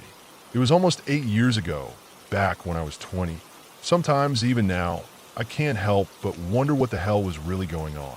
I was in a rough spot with my best friend, and we were both looking for a place to move into ASAP. We didn't have a lot of options at the time, and we really needed somewhere cheap to lay our heads while we looked for something better. That's when we found this basement apartment not far from downtown. The place was a dump. Filthy carpet, barely functional appliances, and a musty smell that never seemed to leave no matter what we did. But the rent was only $650 a month for a 2-bedroom, which seemed like a steal at the time. We figured we could make it work for a few months until we found something better. We weren't picky. We just needed somewhere to crash. We moved in quickly, throwing our stuff in any corner we could find, not really caring about the condition of the place. The excitement of having a place of our own overshadowed the fact that this apartment was nothing like we imagined. It had a tiny, cramped living area, and my room was barely bigger than a closet. The walls were thin, and you could hear every creak of the floorboards and the groan of the house like it was alive. It wasn't long before I started feeling something was off, but I didn't know what. I just brushed it off as the stress of moving in. But then things started to get weird. It didn't happen immediately. At first, everything felt fine, but about a week after we moved in, I began having these really intense nightmares. It wasn't just one bad dream here and there. It was like every night, I'd wake up terrified, my heart racing, my body covered in sweat. But when I tried to remember the dreams, it was like they were just out of reach. I couldn't recall what I'd seen, but the fear I felt was unmistakable. Every night, I'd wake up gasping for air, my pulse thundering in my chest, my body locked in place, too scared to move. After a while, it started happening during the day too. When I was alone in my room, I had this overwhelming feeling like someone was going to burst through the wall and kill me. My room was right next to the landlord's storage area, and the walls were thin as paper. It didn't help that sometimes I'd hear strange sounds from the other side of the wall, shuffling, scraping, faint muttering. I figured it was just the old house settling, but the noises were always unsettling, especially at night when everything else was silent. I tried to shake it off, but the feeling never went away. My friend, who shared the apartment with me, noticed it too. We'd often hang out in my room just to get away from the rest of the apartment, but I couldn't shake the feeling that someone was watching us.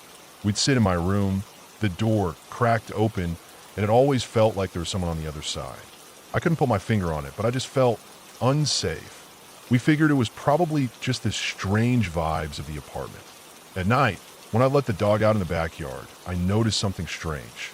Every time I was outside, I felt like someone was watching me from one of the windows in the house, specifically from the top floor. The windows were high up and it was dark, but I couldn't shake the feeling that someone was there.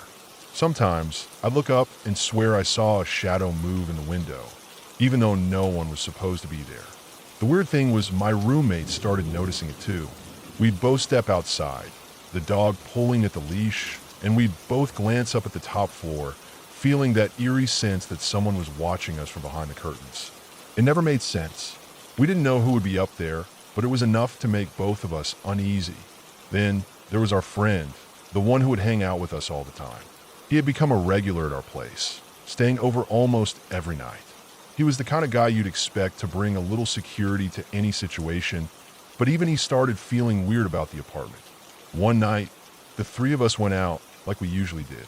Nothing special, just hanging out, grabbing a drink, shooting the breeze. But by the time we got back to the apartment, it was already pretty late. It must have been around 3 a.m. when our friend finally decided to head home.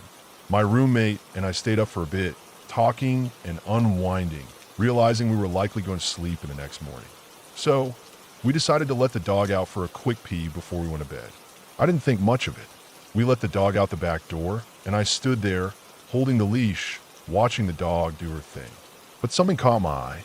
It was subtle at first, like a movement in the corner of my vision. Then I saw more clearly shadows, dark shapes, like people walking towards us from the darkness. My heart skipped a beat. Without thinking, I screamed, "Get in the house." My voice wasn't even my own. It was like I was on autopilot, shouting in panic. My roommate turned to look at me, clearly confused, but we didn't hesitate. We grabbed the dog and bolted up the stairs, slamming the door behind us. At the bottom of the stairs, we both froze. There were these red eyes, glowing, staring through the windows. I don't know how to explain it, but they looked unnatural, like something you'd see in a nightmare. They were piercing and bright, and they didn't move. They just watched us. I couldn't breathe. I screamed, "Help! Help!" But I wasn't even sure who I was screaming for. My roommate's phone rang, and it was our friend, our buddy who had just left a little while ago. He said he wasn't sure why, but he had a feeling he should call us. We told him to come back, told him to come over as fast as possible. He didn't hesitate. He said he'd be there in a few minutes. It felt like hours before he finally showed up, but when he did, it was a relief. He stayed with us that night, the next night, and the next, and for nearly 2 weeks after that. Our friend stayed over almost every night.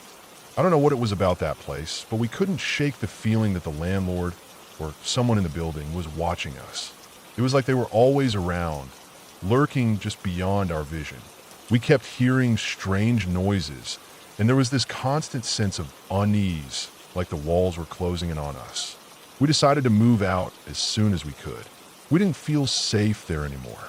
The landlord was strange too. Never seemed to be around when we had questions, and whenever we tried to talk to him, he'd give us the creeps. It was like he was always too busy, too distracted to really engage with us. It didn't help that the house was old and full of creaks and groans. It was a perfect place to get lost in your head and start imagining things. But I'm telling you, it wasn't just the house. There was something about it that made us feel like we were being watched. Something was off, and it was the kind of off that got under your skin and stayed there. After we moved out, we didn't talk about it much. We all kind of tried to forget, but it was impossible not to think about it every time we passed that street. Even now, 8 years later, whenever I drive by that house, I get this feeling in my gut, a chill that makes my skin crawl. I don't know if it was the house itself or something about the people around it, but whatever it was enough to make me wonder about everything that happened there. We left, and I haven't been back since. I've lived in a lot of places since then, and I've never had anything even close to that happen again. But sometimes, late at night, when the house is quiet and I'm alone, I wonder if there was more going on in that apartment than we ever realized.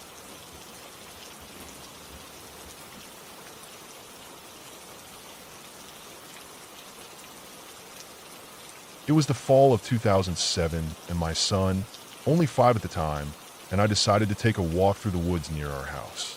The days were getting cooler, and the trees were beginning to change color, casting a rich golden hue across the landscape. I had always enjoyed walking through these woods. It was quiet, peaceful, a good place to think. It wasn't too far from the house, so it became our little escape whenever we needed it. My son, being so young, loved every chance he could get to explore. I didn't mind, as it gave us time together away from everything: work, responsibilities, the noise of daily life. We would walk for hours, collecting leaves, picking up sticks, and talking about whatever was on his mind. He had an imagination that seemed endless, and I loved seeing the world through his eyes.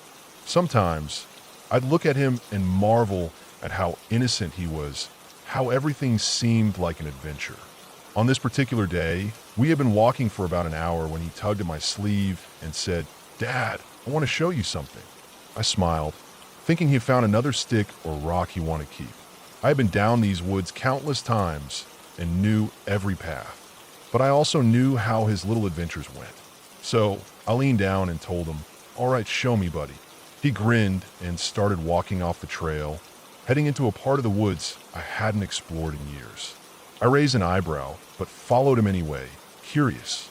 As he walked ahead, his small legs moving quickly, I thought about how much he had grown, how his curiosity and energy were contagious. He was always so eager to explore, never afraid of the unknown. We walked a little deeper into the woods, following an old path that had long since been overgrown. The trees grew denser as we moved further in, their branches tangling above us like fingers reaching for each other. I noticed a few familiar landmarks, a large rock, a fallen tree trunk, but the further we walked, the more it felt unfamiliar. It was a part of the woods I hadn't really paid attention to before, mainly because I remembered it being a dead end. There wasn't much there, just thick trees and underbrush. But I followed him anyway, figuring he had something new to show me.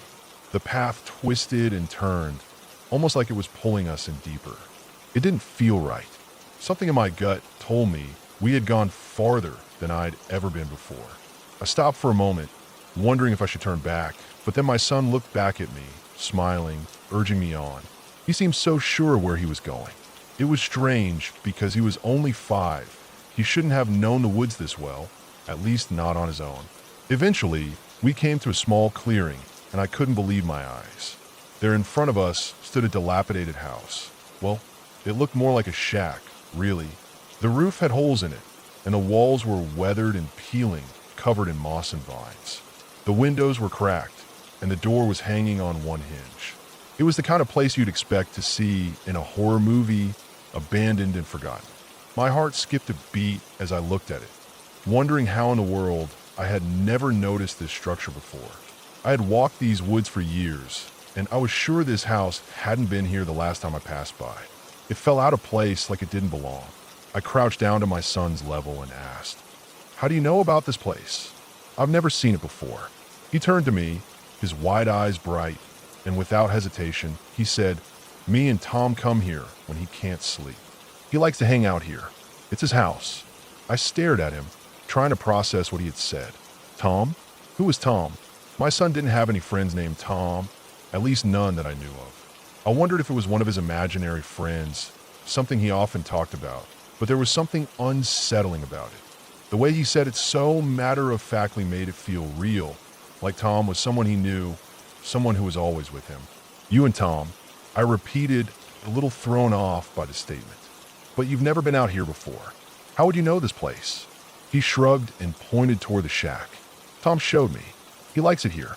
He says nobody comes here, so it's safe. I didn't know how to respond to that. I had a few moments of confusion, but then the instinct to protect my son kicked in. I wasn't sure what kind of place this was, but it didn't feel safe. Not for him, and certainly not for me. I told her we should go back, but something made me want to take one last look at the house. I wasn't sure if it was the curiosity or something else, but I felt drawn to it. We walked closer, and as I reached for the door, I tried to open it. It barely budged, just enough to get my fingers around the edge. I pushed again, harder this time, but the door wouldn't open more than an inch. Something was blocking it from the inside. I squinted, trying to see if I could spot anything that might explain the obstruction. But there was nothing. I turned to my son and asked, "What's inside? What is Tom keeping there?" He looked up at me, his eyes wide and serious. Tom says I can't go inside. He blocks the door with things so nobody can steal his stuff. I didn't know what to make of that. It seemed so strange, so unreal. I looked back at the door and pushed again, but it didn't move. I could feel my heart beating a little faster now, my mind racing with questions I couldn't answer. Why had I never seen this shack before? How had my son found it? And who was Tom? I knelt down and told him that we needed to leave, that it wasn't safe here. He didn't protest, which was odd for him. Usually, he would argue, but today he simply nodded. Without a word, he turned around and started walking back the way we had come. We made our way back toward the trail, and as I looked over my shoulder, I felt a strange sense of unease, as if the shack was watching us, waiting. The woods around us felt too quiet, the kind of silence that presses on your chest. We didn't talk much on the way back. I kept my eyes on the ground, avoiding looking up at the trees, at the space around me, as if looking too long might make me see something that wasn't there. When we finally reached the main trail, I breathed a sigh of relief. The familiar path felt like a lifeline, and I told myself it was nothing, just a strange encounter, nothing to worry about. But in the back of my mind, I kept thinking about that shack, about Tom, and about the door that wouldn't open. That night, as we sat at the dinner table, I couldn't shake the feeling that something wasn't right. I asked my son again about Tom's house, trying to piece together what I had seen, but he just shrugged and said Tom had gotten sick and had to leave. When I pressed him further, he clammed up, refusing to say more. Years passed, and the memory of that day faded, but I never forgot the feeling I had in those woods, standing in front of that house. It stayed with me, a gnawing sensation that wouldn't go away. It wasn't until later that I learned the woods had been clear-cut to make way for a new Kroger store. The trees were gone, the land reshaped, and the shack, if it had ever really been there, was nothing more than a memory. Sometimes, when I drive by the area now, I can't help but glance toward the spot where the woods once stood, but all I see is the new development. No more trees, no more mysterious house. It feels wrong, like something was lost, something I'll never fully understand. And every now and then, I find myself wondering what would have happened if I had forced the door open, if I had taken that last step into Tom's world. I still ask my son about it sometimes, but he just shrugs and says, "Tom's gone." And that's it.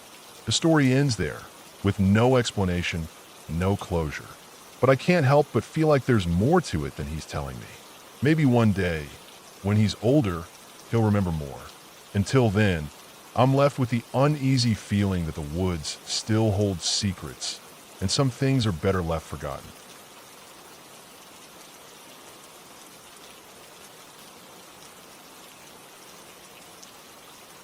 I remember that day like it was yesterday, even though it feels like a lifetime ago now.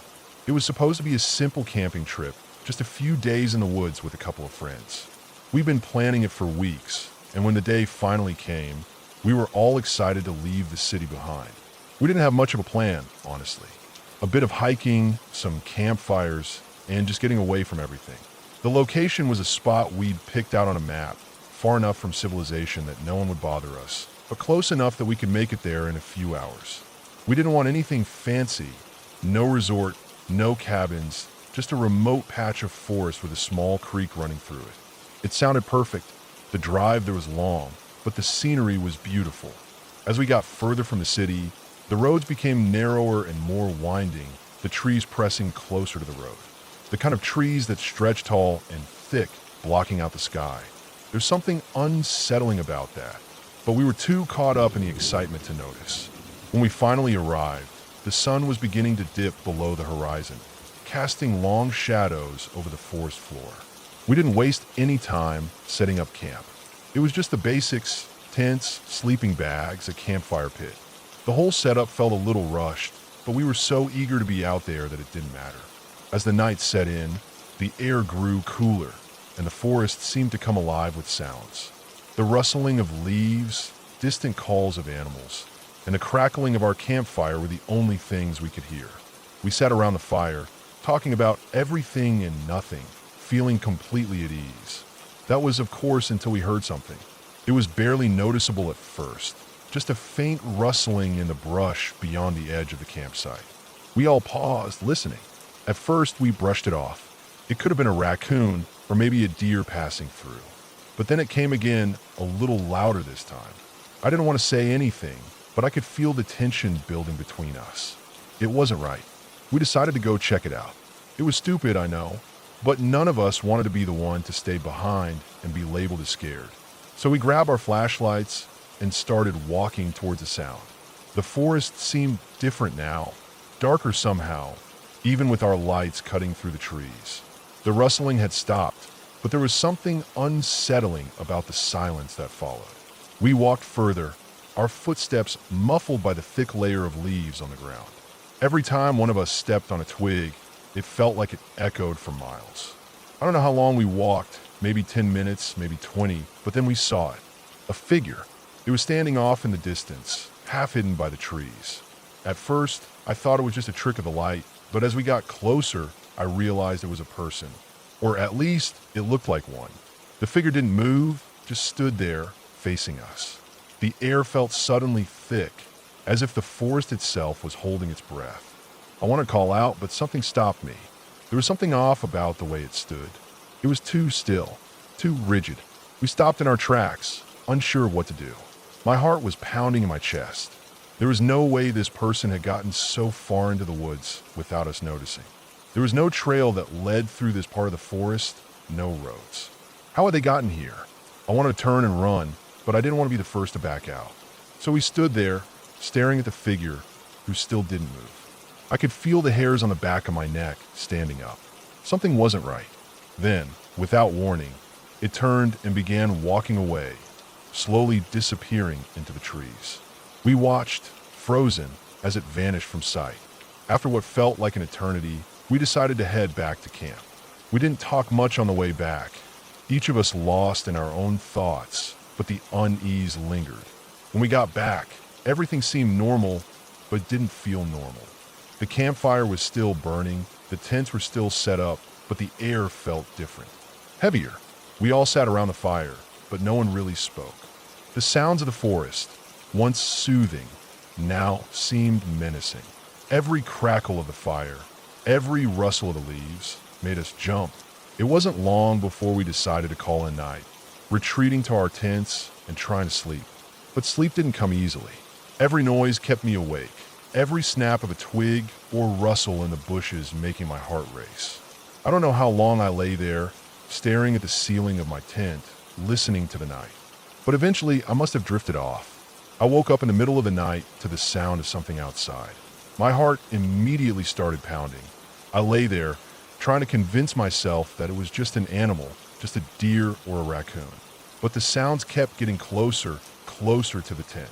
Heavy breathing, slow, deliberate steps. I wasn't sure if I should get up or stay hidden, but my body was frozen, my mind racing. The air felt cold, but I was sweating. I heard the unmistakable sound of something scratching at the fabric of the tent, the noise sending a wave of panic through me. It was close, too close. I could hear it breathing, slow and steady, like it was waiting for something. Or maybe it was just studying me, waiting for me to make a move. After what felt like an eternity, the sound stopped. The silence was even worse. My mind raced. Was it still there? Had it moved on? Was it just waiting? I didn't dare move. I lay there, not moving a muscle, not even breathing too loudly. The hours seemed to stretch on, but finally, I heard the sound of footsteps fading away, retreating into the woods. I didn't sleep after that. I just lay there in the darkness, too afraid to move, too afraid to look outside. When the sun finally rose, we all gathered around the campfire, tired and on edge. No one spoke about what had happened the night before, but we all knew something wasn't right. We spent the rest of the day packing up, no one wanting to stay another night. The trip was supposed to be an escape, but now it felt like a trap. We couldn't get out of there fast enough. As we drove back down the winding road, the forest receding behind us, I couldn't shake the feeling that we hadn't been alone out there. Whatever it was, the figure we saw, the sounds at night, wasn't normal. It wasn't just some lost hiker, and I don't think it was an animal, either. We didn't talk about it much after we left, but it stuck with me. We'd gone into the woods looking for peace, for something simple. But what we found was something much darker, something that didn't belong. I don't know who or what it was, and maybe it's better that way. But as the years have passed, I still think about it. About that figure. About the breathing outside my tent. And every time I see someone walking in the woods, I wonder if it's them. I don't think I'll ever truly know.